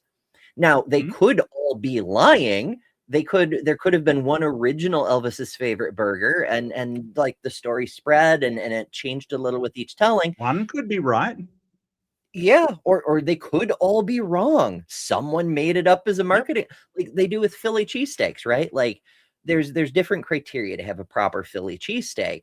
And there's some things that every Philly cheesesteak aficionado agrees on, that it has to be from Philadelphia because you get that bread, that special bread that's only made near Philadelphia. And if you ship it too far off, it gets stale. So it has to be local to Philadelphia. But there are disagreements as well. And they will have holy wars in the streets. Remember, these are people who will burn down their own city over the outcome of a sports ball game. They take this shit seriously. And some people contend that you just do the steak and the cheese and the peppers and the whatever. And the other people contend that it's not a real Philly steak unless you put Cheese Whiz on it, specifically that brand, Cheese Whiz. And if you don't, it's incomplete. It's not a real Philly steak sandwich. And these people they won't fight to the death, but they get kind of serious about it. Gritty has to break them up. Yes. Point is, it's borderline a religion, and it's got this one schism in it. Okay. Yeah. Sounds disgusting. I won't lie to you. It sounds terrible. Honestly, the whole look, there's definitely things that look better than they taste, that taste better than they're you know, described as, though. So, you know, the description doesn't really tell you how good something is on. Let's face it. Yeah, that's fair. That's fair. And also tangents, like that was. Yeah. That's okay. I'm here for the tangents. I know it's true, because, you know, anybody, as we often say, you know, I don't. Sometimes Mark's like, I'm sorry, I'm talking loud. I'm like, no. People come here for us. They could go watch this debate themselves. They're here for our color commentary and our insightful reasoning and our occasional breakthroughs. Like, you know, the scientific method is formalized problem solving. So, and then my other things here. I agree. There are other usual explanations for Elvis sightings, because the people who are claiming to have seen Elvis are people who didn't know him. They could be misidentification. People, when you have back in Legoland in the 1990s, people thought they saw Elvis there. It turned out it was a bunch of Elvis impersonators. So that's something we have for Elvis we don't have for Jesus. But what if somebody? Excuse me, hold on a sec. Are you claiming that nobody has claimed to be Jesus? I'm sorry. I know of at least one dude in Australia that says he is Jesus. Is it the flat Earth Aussie Jesus or a different? No. It's a completely different mad prick. Look, you know, this is the thing. There are people that claim that they have seen Jesus, that people are Jesus, and that Jesus is wandering around somewhere in what's an American city in Maine? Is Maine a place? I feel like Maine is a place, like, you know, handing out cookies to people. Like, seriously, my guy, you cannot be this oblivious. Hell, there was the Taiping Rebellion, one of the most brutal, blood-soaked things, and it was caused by some idiot in China saying that he was Jesus's brother.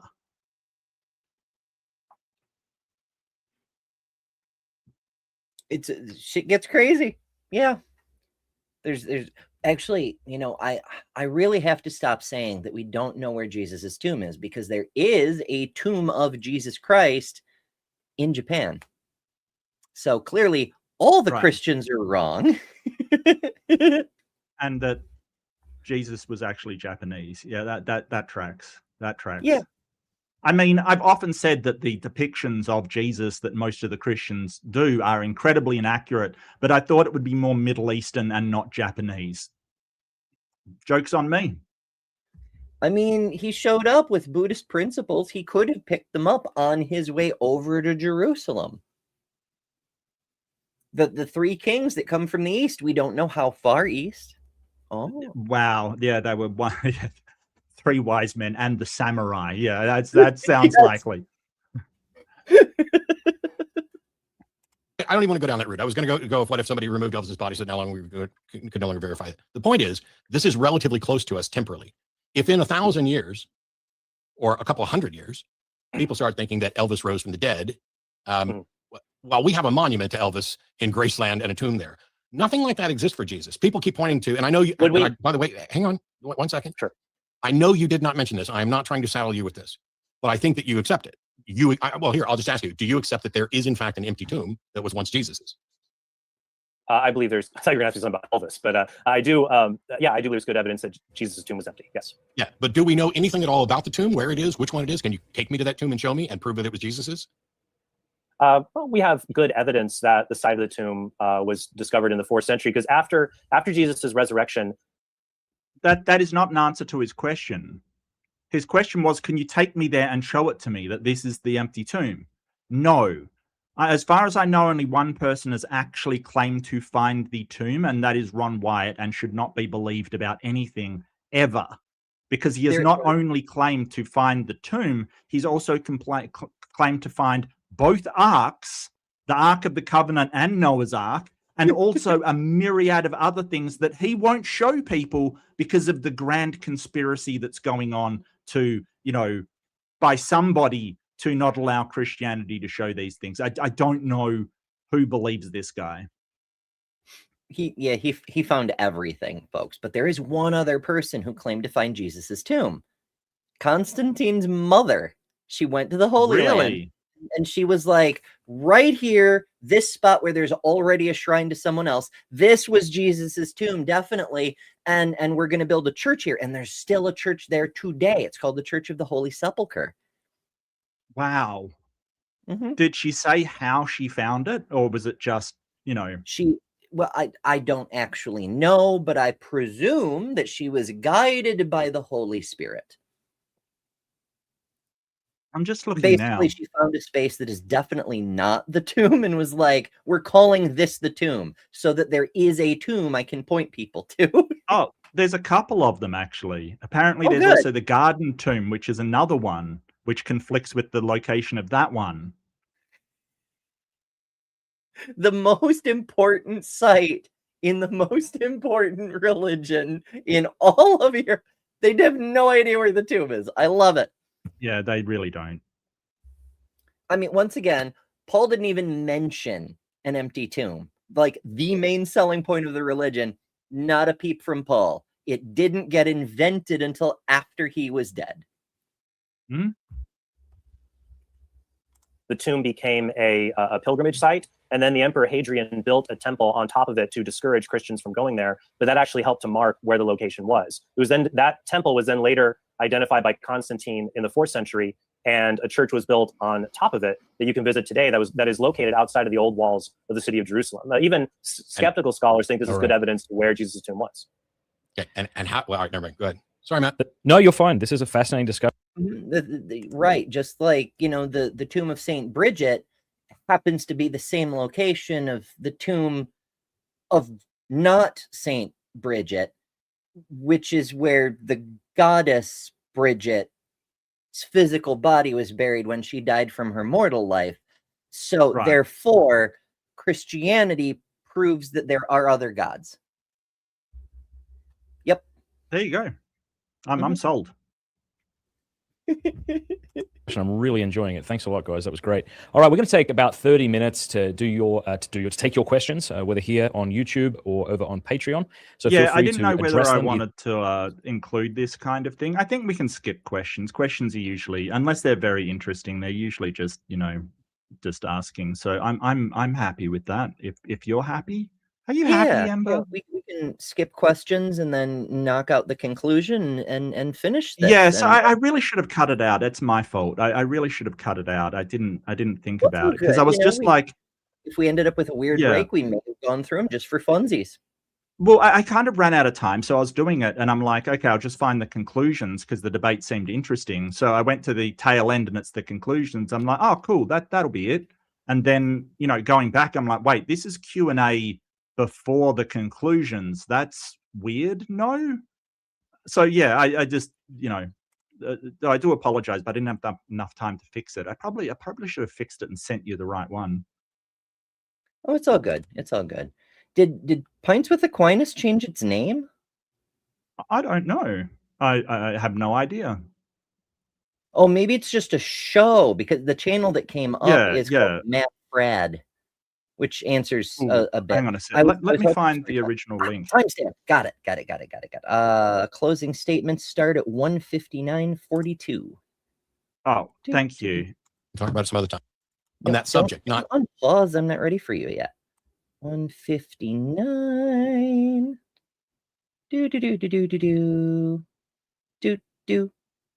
Do. Close enough. Trent, in his closing remarks, or just before that, in one of the questions, talked about all these people who have told stories. Did I go too far? I may have gone too far. Yeah, Matt's closing starts at 2:04. All right, so we're a little bit off, but they're, what are they, 5 minutes? Yeah, it looks like they're 5 minutes, so we don't have to go back too far. Let's go to 150. That's probably fine. Form experience, but that would lead to a falsehood, and that's concerning to me. And also, Matt saying, "Well, I don't believe my mom. She says she saw demons. I don't believe him." Why should we think that's strange? Even many atheists believe that it may not be far enough. Demon, then that she was mistaken or misled. Okay, Trent. Wait, that looks like Matt's closing. okay. right? A point of agreement and disagreement with Matt Dillahunty. I agree with. Okay, they are. I think they're finishing answering a question. It's so hard to tell. Okay, gotcha. Yeah, it's very hard to tell. With him that it wouldn't be justified to believe something merely because the entire world believes it. I mean, 2,000 years ago, the entire world, except for 12 people, believed that nobody rose to glorious immortal life prior to the end of the world. But I wouldn't say that the apostles should have given up their belief in Jesus because everybody else in the world disagreed with them. Matt Dillahunty is right. You should ask, well, why do they believe? Why do they believe? To be fair, it's not that everybody else in the world disagreed with them. It was that nobody knew about it. Mm-hmm. It's just like the guy who discovered penicillin. Like, for a period, he was the only human on Earth who knew. Yeah. And every discovery is like that. At a certain point, you are the only, like, if you discover something novel, like the people who discovered cosmic microwave background radiation, they're only the only people in the world that were aware of cosmic microwave background microwave rate. I keep screwing that up. It's cosmic microwave background radiation. Yeah, CMBR. and like, they didn't even know what they'd found. Mm-hmm. Right? They were ignorant of what they'd found, and they were the only people to have found it, and they were trying to get rid of it. Yeah. Wild. They were doing an accidental science. They were trying so hard to falsify the signal. Yes. They did all kinds of things. They readjusted antennas. They put shielding on stuff. They scrubbed pigeon crap off the radio, like the dish. They were doing everything possible to try and find the source of what was causing this very low hum on their system. And it was what the people down the road has postulated. If the Big Bang was true, it would leave a low amount of radiation that could be picked up if your instruments were sensitive enough. And the people had found it and were trying to get rid of it because they thought it was interference from somewhere else. Because it didn't make sense. Any direction they pointed their disc, they got it. Any direction at all. So it couldn't have been coming from some place, but that's exactly what you should find if the Big Bang is true.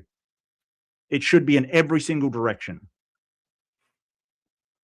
Yeah, the leftover light of the last scattering.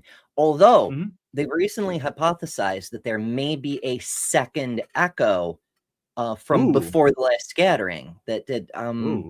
I forget what the hell they hypothesized, but it's something that's not photons, and so it wouldn't have been scattered at the same time as the last scattering. It's something sooner, but I can't remember what the heck it was. It's not well developed, but it's an interesting idea. Sapphire points out plenty of people believed in resurrections before the Jesus, so Christians didn't exactly invent the idea. Right. It's true. It's true. In fact, a lot of people accused Christianity of copying the other religions because there's so much similarity in the resurrection story to pre-existing myth. Moses also is. The Gospels did a whole lot of copying off of each other, at least. Yes. So just because a lot of people believe something, that's a tiny arrow towards truth, but not a big flashing neon sign. We need to go and look at the evidence that's involved. However, I will disagree with Matt's assertions about the nature of uniformity of experience, because it seems like, okay, the problem with Hume is you can't believe something if it violates our uniform experience. Well, how do we know? So these resurrections, these weird things don't happen. Well, how do we know nature's so uniform?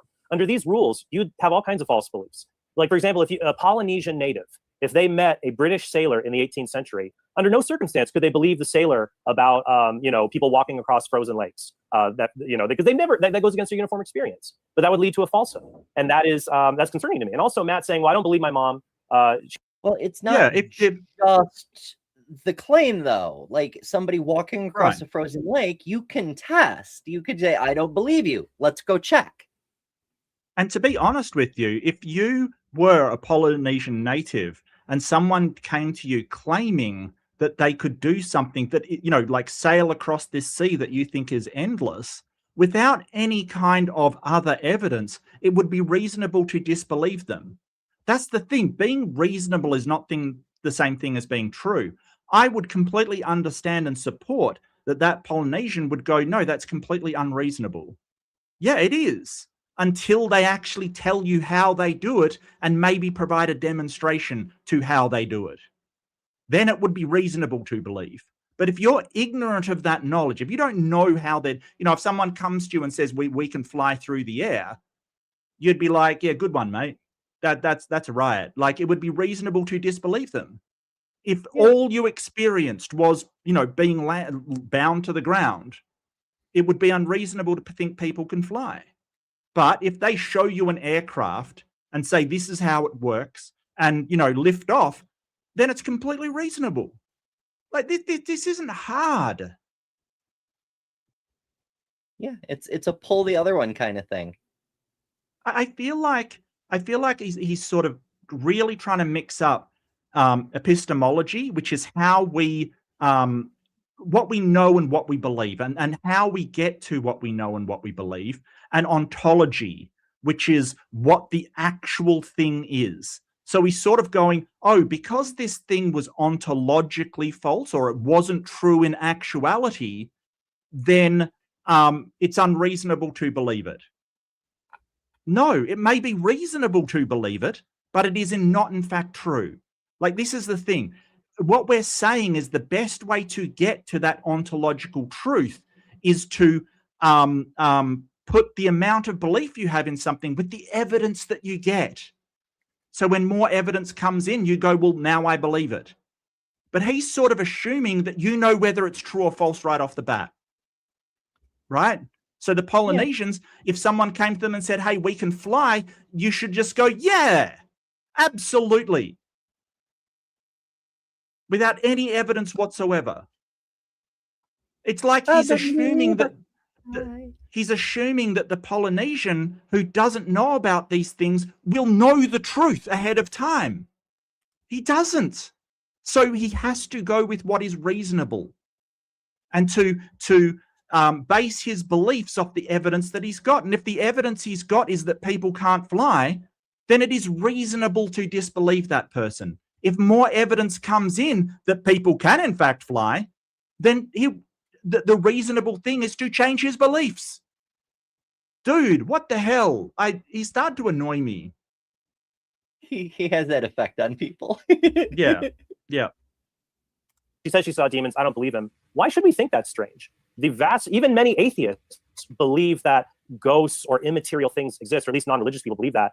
I would say that the vast majority of human experience affirms the existence of immaterial things, or people have said they've cited them. Populum. And it's like, well, ad populum. Yeah, bandwagon. You've just said that a large amount of people believing something isn't a flashing neon sign, but it is an interesting pointer. Yes, okay, yes. And then he goes on to say, because a lot of people say they've seen ghosts and believe in ghosts, then you should believe it. That is such a fail. That is such a fail. Like, seriously, my guy, you cannot possibly make those two statements so close together. You have just contradicted yourself. Tis a bit of an issue, I dare say. Mm-hmm. Oh, we can't believe it because I can't test it in a laboratory. Well, yeah, unless we have Ghostbusters, old Ghostbusters, not new Ghostbusters. You can't get it in the lab, but that doesn't discount, the vast majority of the experiences. Matt Dillahunty never said you have to get it in a lab. In fact, he said you going getting your Coke out of the fridge is science, right? So you are now just strawmanning away. You've listened to him. He's explained what he meant. And now Trent's just saying, well, if you can't get in a lab, you can't test it. Nobody ever said that. Nobody said that. But just sort of saying, hey, I can't get into a lab, so no evidence whatsoever is good for me, is a terrible way to find out what is true. Mm-hmm. I'm just going to believe what the vibes tell me.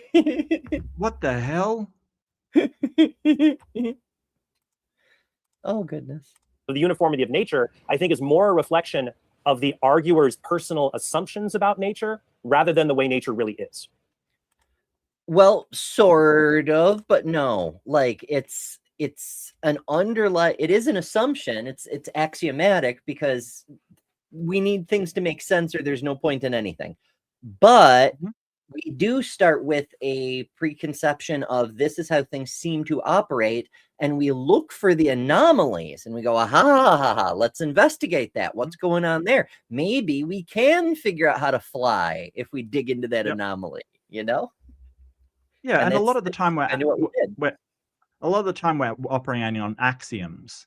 They are beliefs and knowledge that are generally held by people. Sure, we're working on axioms. Like, so if you're trying to show something, you don't have to prove everything up until that point. There's generally agreed upon knowledge, like sky is blue is kind of an axiom. Now, if you want to disprove that, sure, you can challenge it in science. That's not a problem. But that doesn't mean to say we should disbelieve everything or believe everything based upon, oh, well, I can't 100% demonstrate anything. No, I don't believe in anything absolutely 100%. Like, there's some things, sky is blue. I believe that 99.9999%. I'm very incredibly confident. But if somebody shows me more evidence, I will change my mind. I really want to say to Christians, stop this black and white. You're either 100% absolutely sure or you've got no idea. Those are not the only two positions. Mm-hmm. All right, thanks. Okay, we could keep going, but we need to wrap up here. This has been absolutely fantastic. Trent, do you want to, whenever you want to begin, you can begin with your 5-minute closing statement, and then Matt Dillahunty, since he went second in the opening statement, will have the final word. While you're looking that up, I just want to let people know that if you're enjoying these sorts of debates, if you want to see more of them, consider going over to pintswithaquinas.com/support. There's a link in the description below. You can support us on Patreon or directly if you hate Patreon. And one of the things we'll send you is a Pints with Aquinas beer stein. Now, I know Matt Dillahunty's not a big fan of beer necessarily, but I would love to send him one as a thank you for being on the show. But we like to pay the debaters who come on because they're going to put a ton of work into this. We just get to sit back and be critical. At least a lot of people seem to be doing that on YouTube live stream and kind of armchair sort of philosophers and stuff. But these guys put in the hard work, and I'm really grateful for it. So if you want to see more of this stuff, go over to pintswithaquinas.com/support. You can give on Patreon or directly, and then we give you a bunch of free things in return. So with that shameless plug out the way, Trent, whenever you're ready, I'll click the 5 minute. And while we're doing shameless plugs, you can support this channel directly on patreon.com/betterthanumber. Also, a bunch, if you don't want to do a subscription thing, there's one-time things in the description and on the website, betterthanumber.com. There's Cash App, there's Venmo, there's Ko-Fi. There's ways you can support through YouTube if you want. You know, I mean, Google takes like 30%, but I appreciate support wherever it comes from, and it helps keep, you know, the channel existing, which I very much appreciate. So no obligation, just throwing it out there if you feel like you want to do a supporty thing. Timer. Well, wait, before we click the timer, Yep. Question for Matt Dillahunty. Do you just not prefer beer, or is it more like a diet issue? Because I also don't like beer. I think my favorite beer is Polliner Oktoberfest. I'm diabetic, and so what alcohol I imbibe, I'm kind of picky about. So I go for really good beers on rare occasions, but mostly it's tequila or bourbon. If I drink it all, I'd rather just not drink it all, but I will drink socially with people. I don't like being drunk. I like my brain when it's working, and that's hard enough. I agree. Trent, what's your favorite beer? Who yes, and Dillahunty or me? Trent, what's your favorite beer? You know what? I don't like the taste of beer. I only drink it to look like a grown-up when I'm out with people. But I guess if I had to have one, a Blue Moon with an orange slice. Oh, gross. But well, there you go. See, that's why I don't do that. That's completely unreasonable. I'm not a beer drinker anyway, and in Australia, that's like a unicorn, quite frankly. So yeah,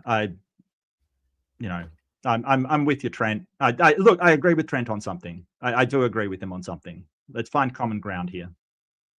Fair enough. I mean, you know, I'll raise a Guinness on, you know, St. Murdering Bastards Day, but for the most part, I'd rather drink anything else. Oh, fair enough. Fair enough. Yeah, no, I wouldn't go for a Guinness. No. Yeah. That's why I just go with a rum and Coke. I'm like, okay, that makes me seem mature, and it tastes good, and it's smooth. I would go with cider. That was just a little thing. How about you? What would be your poison of choice? It depends. I have a weakness for strawberry daiquiris, but if I need like just a drink, rum and Coke is good. Yeah. Get a little captain in you.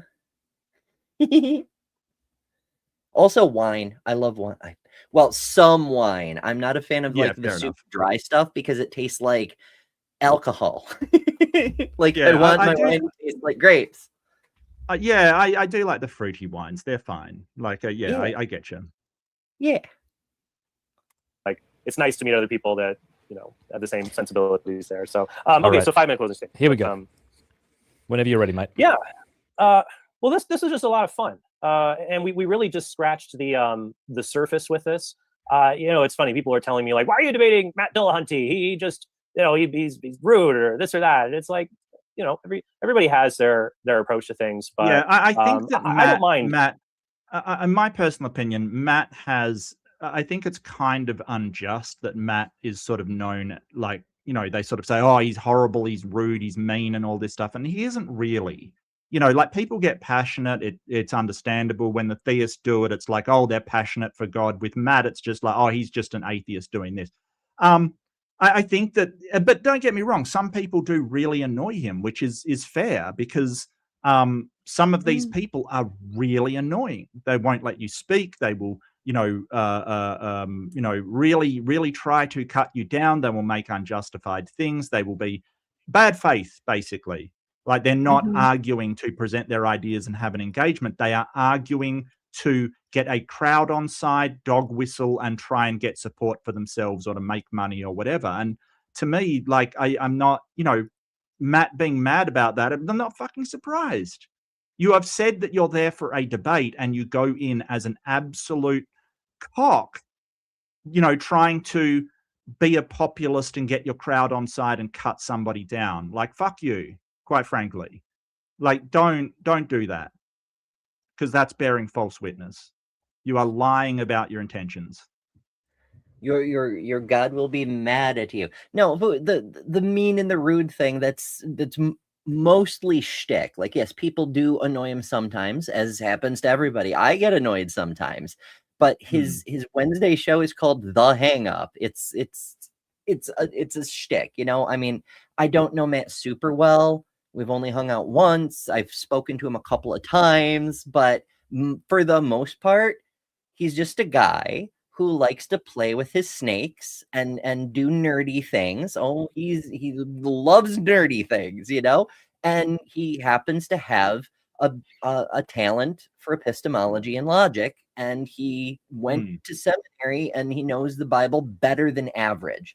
Like, there are people who know the Bible much better. Like Justin from Deconstruction Zone seems to have a photographic memory of the whole fucking thing, but he's got a few skills that line up really well for this kind of work. And so that's what he does. But it's his work. When he's not doing this, he's just a guy, you know? Yeah. A vigorous discussion, as long as somebody doesn't like totally go bonkers. And that didn't happen. And it's okay. Because I mean, here's the thing. I would rather talk to someone with the vigor and interest that Matt has than just somebody who's like, oh, yeah, whatever. I don't really care, whatever. To me, apathy is more irritating than vigorous denial. I'm more interested in the reasons Matt Dillahunty has, and maybe we'll dialogue about this again. I think that would be fun. So that's what I would just affirm to that. And people who might give Matt a hard time, it's like, look, we're grown-ups, we're big kids. It's okay. We can have a vigorous discussion, and that's fine. But my closing thoughts are, I think what you'll notice what will come down to this, it's not even really about Jesus' resurrection, though it is. Our fundamental disagreement is... It's not about Jesus' resurrection, although it is. Also, random, here's Johnny. Yep. I haven't seen Johnny in a minute, so, you know, it just struck me as funny. How do you figure out what's true in the world? And I think Matt and I would both agree, you should follow the evidence to figure out what's true. Don't just take it at somebody's word per se. But a lot of times the things we know, it comes from testimony from other people. Like, the reason I first learned about the Holocaust is because my 7th grade teacher told me. But I know it's true, and I've had to learn more about it when I've dealt with obnoxious Holocaust deniers on the internet to challenge them. So testimony informs us, but then sometimes we have to look at the evidence. On the surface, I agree. There are obnoxious Holocaust deniers, like, you know, Robert Galbraith, aka Joanne Rowling. But you can go and see, like, the camps and things. Like, there's historical evidence, there's objective, very viewable evidence. You can see the fields of grit, all these horrible things that show that this horrible thing really happened. But it's strange that Trent espouses this on a principled level, but politically aligns himself with the people who do deny the Holocaust. He's trying to, he says Holocaust denial is bad, but he's doing his best to hand the people who do deny it as much power as he can. And that is disturbing. I don't know much about Trent Horn. I don't know anything about Trent Horn, to be honest with you. I have not seen much of his stuff at all, or really any. I know that he, you know, I know he's an apologist, and I've sort of, you know, seen a video thumbnail, but I haven't really watched him to any great degree. Is he aligned with sort of the alt-right kind of people? Is that where he's aligned? It's in, well, I don't know if he would actually come right out and say he takes a political position, but when he espouses an opinion on anything to do with culture, it's very, let's say, nationalist flavored, you know? Well, I did not know that. Did not know that. Oof. It's a bit of an, I mean, it kind of comes with the territory, with the conspiracy theories that he does buy into. It's part and parcel, you might say. I think that, you know, Matt said, well, I have a science bias, and that's okay. I just think we should there's lots of different tools to figure out and understand the world. Like, let me give you an example. Let's say you have a metal detector that's 99% accurate at finding metal, and you have a sonar detector that's 75% accurate at finding inorganic things underground. Which is better? Well, you can't say one is better. They're both better at different things. The metal detector is better at finding metal, but the sonar gun is way better at finding non-metallic objects. So you'd use them different tools. So I think science is really good at figuring out how the laws of nature work, how they function. Yeah, hold it. That is not analogous, because you can demonstrate by, like, you know, using a sonar gun, then digging up stuff, that it is better at finding. Like, you don't even have the sonar gun, the method to tell us how to test for anything like your God. We don't have the sonar gun. Until you get the method that we can use and make sure it can actually, in fact, find stuff, then we're standing there with nothing, and you're going, oh, you don't have to use a metal detector. You can use a magic wand. Well, can you give me a magic wand? No. No. No. But it could be there because a magic wand's better at finding it. Well, you don't have the methodology for finding it. Like, because you've got to show that's reliable. Mm-hmm. It'd be a good start. Yeah. Oh yeah. But also, like, you've got these tools. I don't know what point he's trying to make here, because, like, is he going to say, like, the Bible is the tool for detecting the spiritual metal? Like, I don't see the relevance quite yet. We've had problems. Like, since 2010, there's been something called the replication crisis, where we think we've established scientific truths and we can't replicate them. And it turns out we haven't. And science gets replaced. Phrenology, the study of, like, are you a criminal if you have a lump on your head? That was a respected field. And then it was never a respected field. Yeah. It was always crackpots. Eventually overturned. So scientific knowledge is provisional. The way we understand the world, our consistent nature of the world, it's very dynamic. And so I think that the question about Jesus rising from the dead, while it's a very unique thing, and we ought to be cautious with unique claims that are presented to us, I think that the test I gave was not falsified in this debate, the three-pronged test. The fact that God can raise Jesus from the dead is a live option. The test was not falsified? I don't think he understands how this works. But also, yes, so trying to open the debate saying there's three prongs of disbelievability or some crap like that. And one is it doesn't contradict known facts. So right there, the resurrection violates one of his own test's prongs. So yeah, it under his own basis, it's not reasonable. Because people don't come back from the dead. I gave an argument for God, and unfortunately, we didn't get to that. Maybe Matt and I will have a debate on God. That'll be part 2 of our little dialogue. Might be fun. So it's possible. There's an explanatory thing behind it. It's reasonable, and ultimately, it comes down to what's sufficient to believe. And I asked you, what was Matt's standard, and he never gave one. So, like, for Matt, it's sufficient evidence will convince me. I don't know what it looks like, but it'll convince me. If you don't know what it looks like, you could have missed it. Well, I won't have missed it because if I've seen it, then I would believe. But if that, and Matt can correct me if I'm wrong about this, but if it eventually comes down to it will be sufficient if it causes me to believe, then by that logic, I have reasonable evidence because it's sufficient and it convinces me, or maybe it convinces you. That's, so by that own standard, you could believe the resurrection is reasonable. But hey, I got about 40 seconds left. So that is a bit of an issue with the way the thing is set up, is we're not testing whether it's true, we're testing whether it's reasonable. And that does open more doors to conversations we might not otherwise have. But ultimately, the question boils down to subjectivity. What's reasonable to you? And Right. It's going to be different for other people. Well, I would say, and I do want to put this as a rider, and he's not kind of, he's not kind of wrong, but I think there has to be an intellectual consistency there.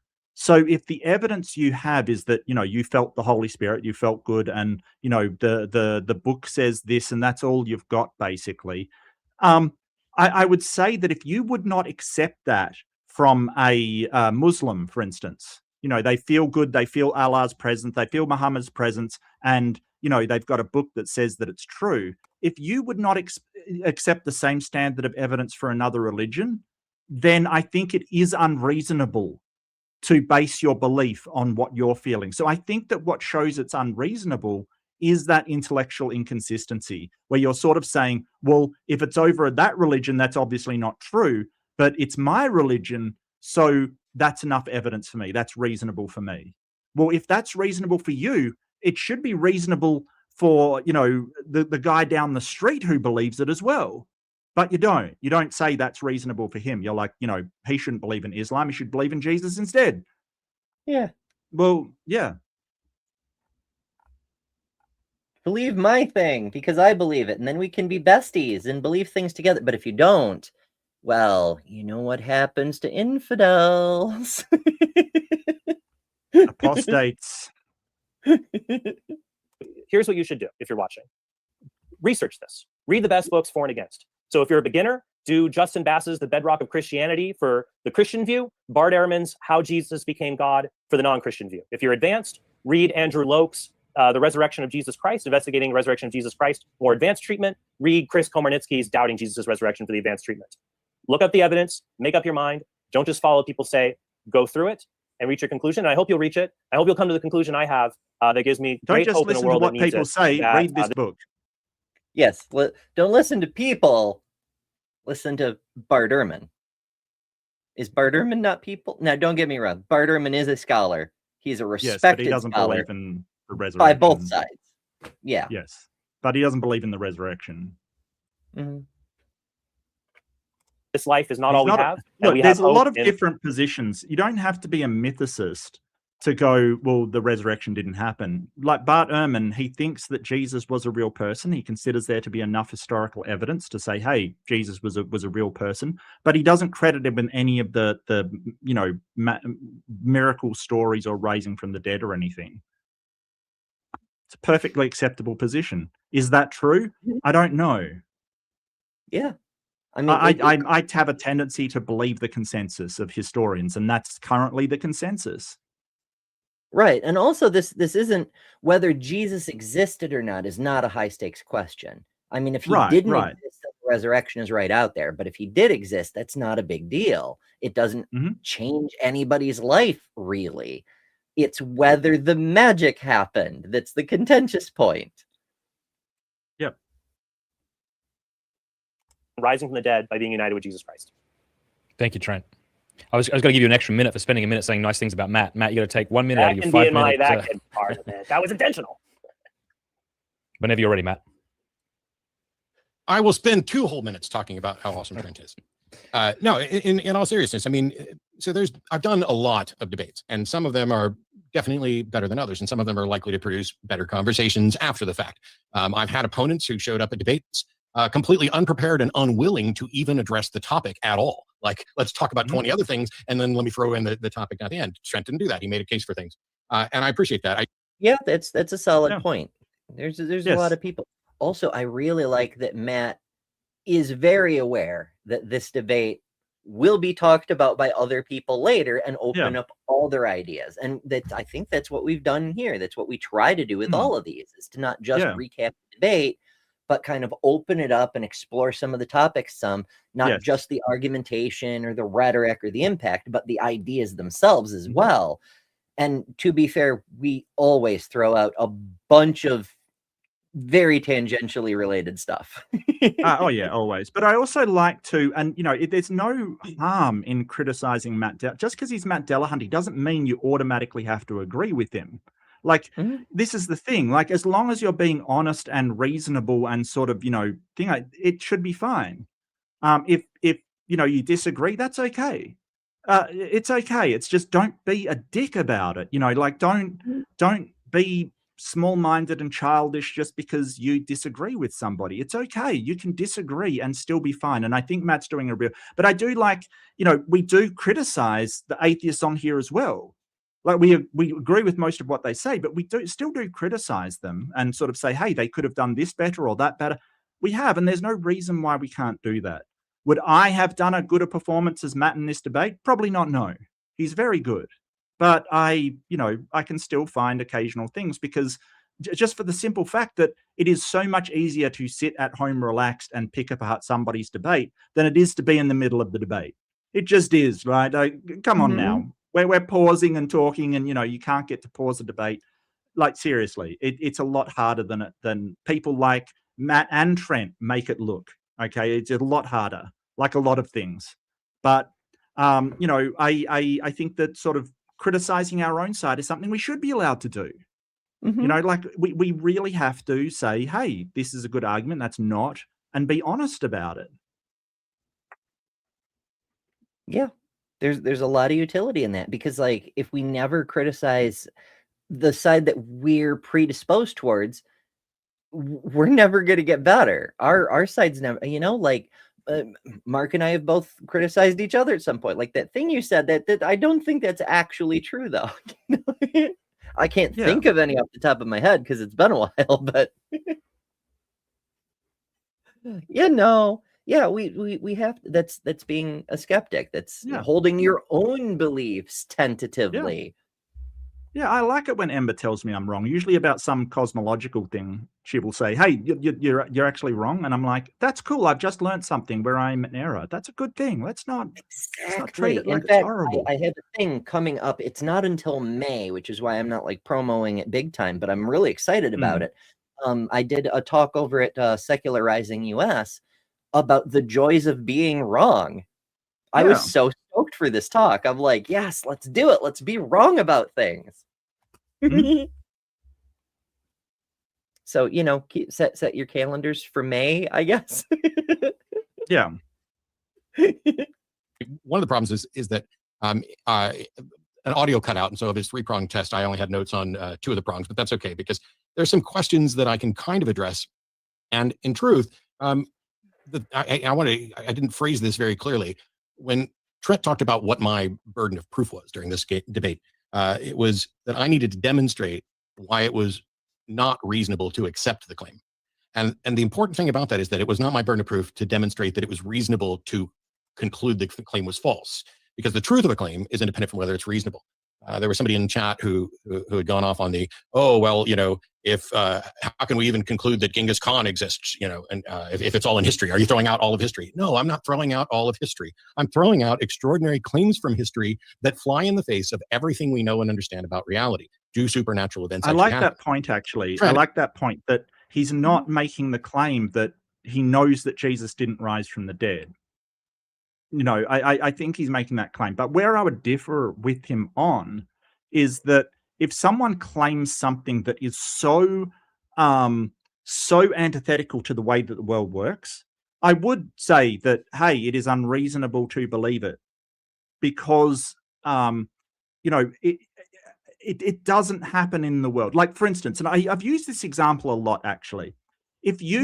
If I come to Ember and I say, "Hey, Ember, girl, I you know, my wife gave birth and it was brought by stork," right? Like, Ember wouldn't just say, "Hey, I don't know if that's true, but I don't believe it." I think Ember, rightfully so, would say it is reasonable to think you are full of crap. Like, it is reasonable to think that is a lie, or you know, you're not right about that. That is wrong. That is not how babies are born from the trillions of babies we've seen born across the world. I think that is reasonable. So when someone comes to me and says, you know, this dude was completely dead for 3 days and then rose up completely fine, due to my understanding of how trillions of people have died and they don't rise up afterwards, I think it is reasonable to take that position that that didn't happen, right? That is not what happened. Not just, well, I don't know, but I just don't believe it. I think it is reasonable to say it didn't happen. So I do disagree with Matt on this. Yeah, for some things. Although my brain is coming up with weird ideas. Like, what if after Jesus's death, Jesus became a code word for, like, if you saw one of the loose disciples, you'd be like, I ran into Jesus today down on the wharf, or some, you know, I don't know. No reason to think so. It just popped into my head. And annoying news, that's gold. Australian babies are delivered via emu. Look, the baby would not survive that. The baby would not survive that. I'm sorry. I'm sorry. I wouldn't trust an emu with a baby. There's no way. Everyone knows babies are farmed in cabbage patches, and you have to, like, peel the leaves of cabbage, and that's how we do it up here in farm country or something. Don't ask what we refer to as fertilizing the fields. There's a term we use. Or just before that, in one of the questions, talked about all these people who have told stories of their experiences that they believe are supernatural. And he thinks that all of this together attests to reality having a supernatural component to it. Mike Lacona did something similar by talking about trash can lids flying and Ouija boards to argue that reality strongly suggests that reality has a supernatural component to it. My response to both of those is that that's not what I see that attesting to. It attests to human brains being fallible in reaching conclusions. And so when we say, hey, if you don't know what would convince you, how do you know you haven't missed it? Because in this case, we're talking about a God. And my claim that I don't know what would convince me that a God exists is independent of other claims, because a God necessarily could convince me, which is something that I said from the outset. So I haven't missed it. God, if he wants me to know, can present evidence in such a way that I cannot miss it, which means the only option that you're left for is that Matt's a big fat liar, or slightly less fat than he used to be, but Matt's still a liar, which I get on occasion from people. Now, I promise. That's also a strange thing if you're going to claim that your God is omniscient, omnipotent, and omnipresent. It doesn't seem reasonable to suggest maybe you missed it. You know, if it's everywhere and everything and you cannot miss it, then how could you miss it? You know? And in future debates, I will do a better job of ignoring chat and making sure that I pay attention to what's going on. I should stop paying attention to chat. Yeah, no, I do too much of that. I'm sorry. we do appreciate y'all being here. Yeah, it's always a delight. The jokes and the clarifications, and occasionally when you get something wrong and y'all pointed out, it's delightful. It's why we do lives. I love that chat's here for me and to engage too. This would be really boring for us if it was just two of us, in a room, in a virtual room, just commenting. It would be really boring. You guys make this the fun experience. It is. Yeah. Why do people keep apologizing for being talkative? No, by all means, talk away. As long as you're not a dick, you're welcome to chatter as much as you like. Mm-hmm. Internet hiccups. But if I were to tell you that there's somebody who never eats a meal and they survive off prana, sunlight, and that they can heal people, would you believe me? What if I found 10 other people to say so? What if I found 100 people to say so? Well, those sorts of claims exist. They're out there. Yep. Do you believe them? What if we move the claim further and further back from us in time, where we are less and less capable of investigating it? If somebody were saying, hey, here's somebody who was resurrected last week, we would have a much better way of investigating this than we would for somebody 2,000 years ago. I don't need to have absolute certainty or even know what would convince me to know that the amount and quality and style of evidence available for a resurrection claim today is vastly superior to one 2,000 years ago. And by the way, for the metal detector that's 99% accurate at finding metal and a sonar detector that's 97 or whatever it was at finding non-organic, the question is, which is better? One of them is definitely better, depending on what you're trying to do. This is the same thing when you say, hang on, what methods are we going to use other than science? Well, somebody needs to show a method that we can use other than science, because science, the scientific methods, are the single most consistently reliable method of creating an accurate understanding of the world. And when we find problems with things that are being proposed. Yeah, that's true. There are other methods. There's trial and error. Mm-hmm. You will reach an answer eventually, but holy shit, it's inefficient. There's take a guess and hope, which is sort of like trial and error, but even less effective. There's have faith and just pretend you already have the answer. And that one doesn't work very well at all, but it is a method, Yeah. And there's a reason why we have hospitals and medicine and things like that. But some people prefer to have faith, and it does not work very well. It just doesn't. I'm sorry. So, and he's not right. And so I often challenge theists, saying sort of what in the last 2,000 years since, say, the Enlightenment, say, or 500 years, has has religion, not people in the religion, but the religion, the actual methods of the church, produced to further our knowledge of the world around us? But what has it actually contributed to society as knowledge? Here is how this works. And I can tell you now, almost nothing. Now my contrarian brain is trying to come up with something, and the only thing that I'm drawing is how to burn people faster, more thoroughly, something like that. Maybe. How to control people? Just from practice, from trial and error, Yeah. I was pretty sure that ancient man in the ancient times had a pretty good understanding of how to burn people pretty well. Well, yeah. The funeral pyre traditions and so forth. Look, Ember, I am pretty confident that not long after the first fire, the first humans burnt somebody else. Like, I can guarantee you. If only by accident, my goodness. Yeah, maybe. On purpose wouldn't surprise me either. Yeah, that's true. I have fire. I will, even as a prank, like, hey, Ugg, look over there. Well, I remember Wah! somebody doing stand-up and sort of saying humans are ridiculous, like we invented the flamethrower. Like I want to set somebody on fire, but I don't want to go all the way over them to do it. So here's something that throws fire on them. Like most ridiculous species. It's true. I've read so many Yeah. short stories over the years of like the aliens are afraid of us because we travel by putting ourselves that we strap ourselves to metal tubes on top of explosions. Yeah.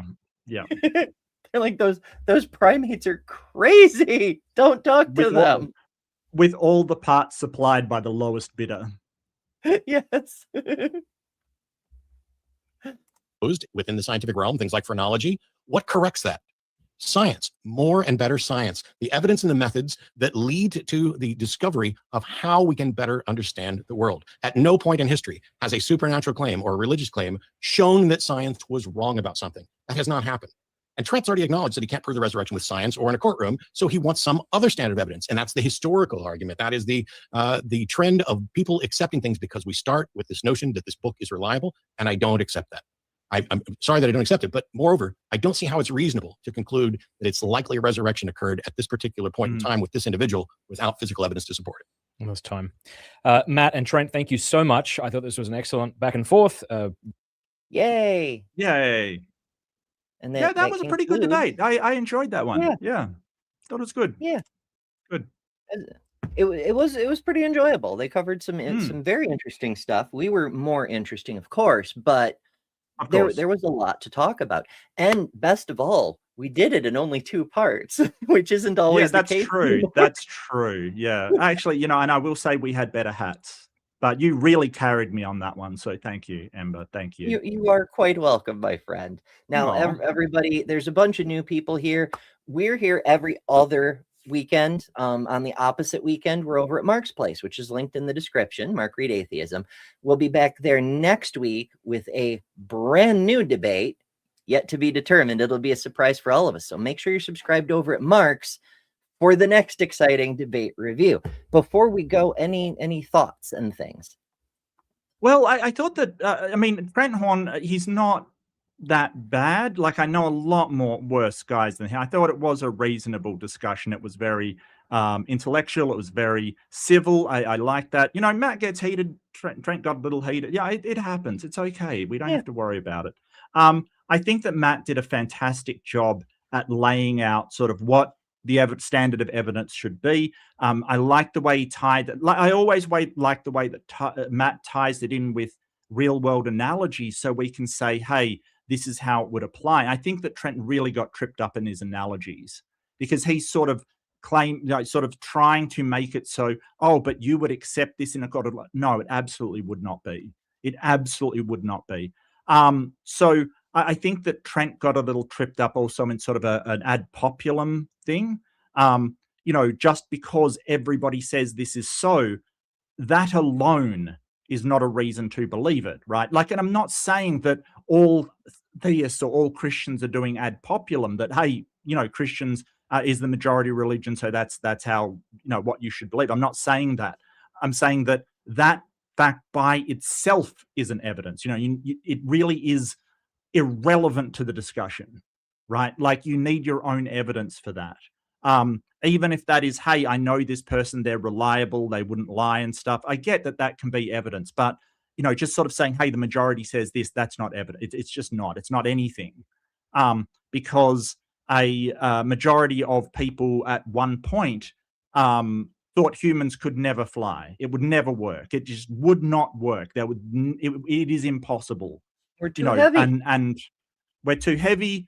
There's no way we can get off the ground. Like, I remember, I think it may have been Da Vinci. I'm not sure, but they sort of said, humans are never going to be able to fly because that is the domain of God and birds kind of thing. Like, it literally cannot happen. We are barred from the skies, and we know that is not true. So, ad populum, I think I agree with them that it's interesting that all these people agree on this thing.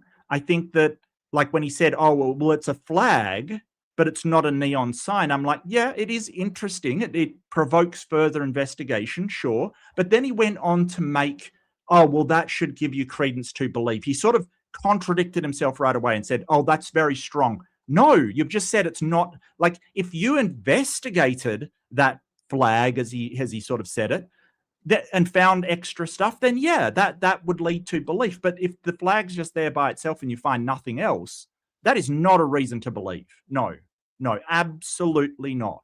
And trying to equate an ad populum with scientific institutions putting out that vaccines are safe, reliable, and good for the well-being of society, that is not the same thing, right? They're not going, well, a majority of people believe this, so it's true. They have research to back that up, which is based upon the scientific method, which is the most reliable method. Like, there is a chain of epistemic reasons to why we believe this. It's not just populum by itself. So I think he was really conflating that, and that kind of annoyed me. But, you know, overall, he wasn't too bad. Matt, amazing. Great, as always. Yeah, we have definitely seen a lot worse. And like conflating like one good reason to believe something with a known fallacy because there's similarity. It's very strange. In fact, he should know better. At his level, he should know better. So either that's... Oh, really? Yeah, okay. I don't know a lot about him, so yeah. Yeah, it's sus is what I'm saying. Like, but again, also, like I often say, there's rhetoric, there's strategy, there's all sorts of things to factor in here. Sometimes experienced debaters will try to use dirty tricks because the goal is to win. Yeah, in theory, that's true. Yeah, so it's not necessarily a mistake, but a tactic. Yes, but that's a whole thing in and of itself. But overall, I did enjoy this very, very much. We had so many. I love the tangents, as you know, but we had so many weird, and we got to meet some cool new people, which is also one of my favorite things. As weird as it sounds, I fucking love people, because when they're not being hurtful assholes or trying to be better than somebody else or whatever, they're interesting. The things, each person cares about different things for different reasons, and they see the world in a different way. Did you know that every single person sees a slightly different color blue? For instance, I did not know. That's insane. It's wild. That because is wild. It's a combination of genetics that determines how the rods and cones in your eyes are set up. That makes And sense. Yeah. It's That's so neat. interesting. But I'm tangenting about my own tangents. The point is, this was a neat one, and thank you all so much for being here for that. Once again, we're back next week. I think I would describe I have a love-hate relationship with people. That's fair. People can do some. I have mixed feelings about humanity in general. Yeah. C'est la vie. All right. I love humanity. Can be a little abusive, like seriously. Oh yeah, we're as a species, we do some awfully naughty things, some very unpleasant things. Sorry, I didn't mean to cut you off. Take us out. It's all good. Yes, we're so yeah, once again, we're back at Mark's next week. Linked in the description. Make sure you subscribe. We'll be back here the week after, but also bonus shows pop up from time to time. There's the morning show every weekday where we get into sciences and histories and all sorts of stuff. It's Women's History Month, and so there's quite a bit of that coming up, some interesting topics. So yeah, subscribe, come join us. It'll be lovely to see you all again in the live chat. And let's see. I suppose, as always, do remember that you don't have to believe dogmatically in something that it isn't reasonable to conclude, because you are better than religion. Good night, folks. Thanks to all our patrons and top-level members for February. Miranda, Karen Butcher, Jimmy Tux, Ian Chen, Maya Adkison, Jessica the Trans Metal Alchemist, Robin Webster, Lilith, Emberlyn, The Barely Bearable Atheist, Eric Wander, Jason Jacoby, Lilibal Trades, Deviant Outcast, Secular Feelinist, Kelly King, the Detroit Atheist Queen, Geo Sam, Thriver Scapegoat, The Godless Engineer, Why? Because Weed Bro, Katie Bluebird, and Fro from Norway. And you can add your name here next month by signing up at patreon.com/betterthanember or by joining Emberships here on YouTube at the Cinder level, which also includes all the custom emojis, tons of member-exclusive content, member-only live streams, and a bunch of other stuff. I deeply appreciate all the supporters who keep this channel going. Thank you so much. Because of you, we're building a wonderful community that I'm very proud of.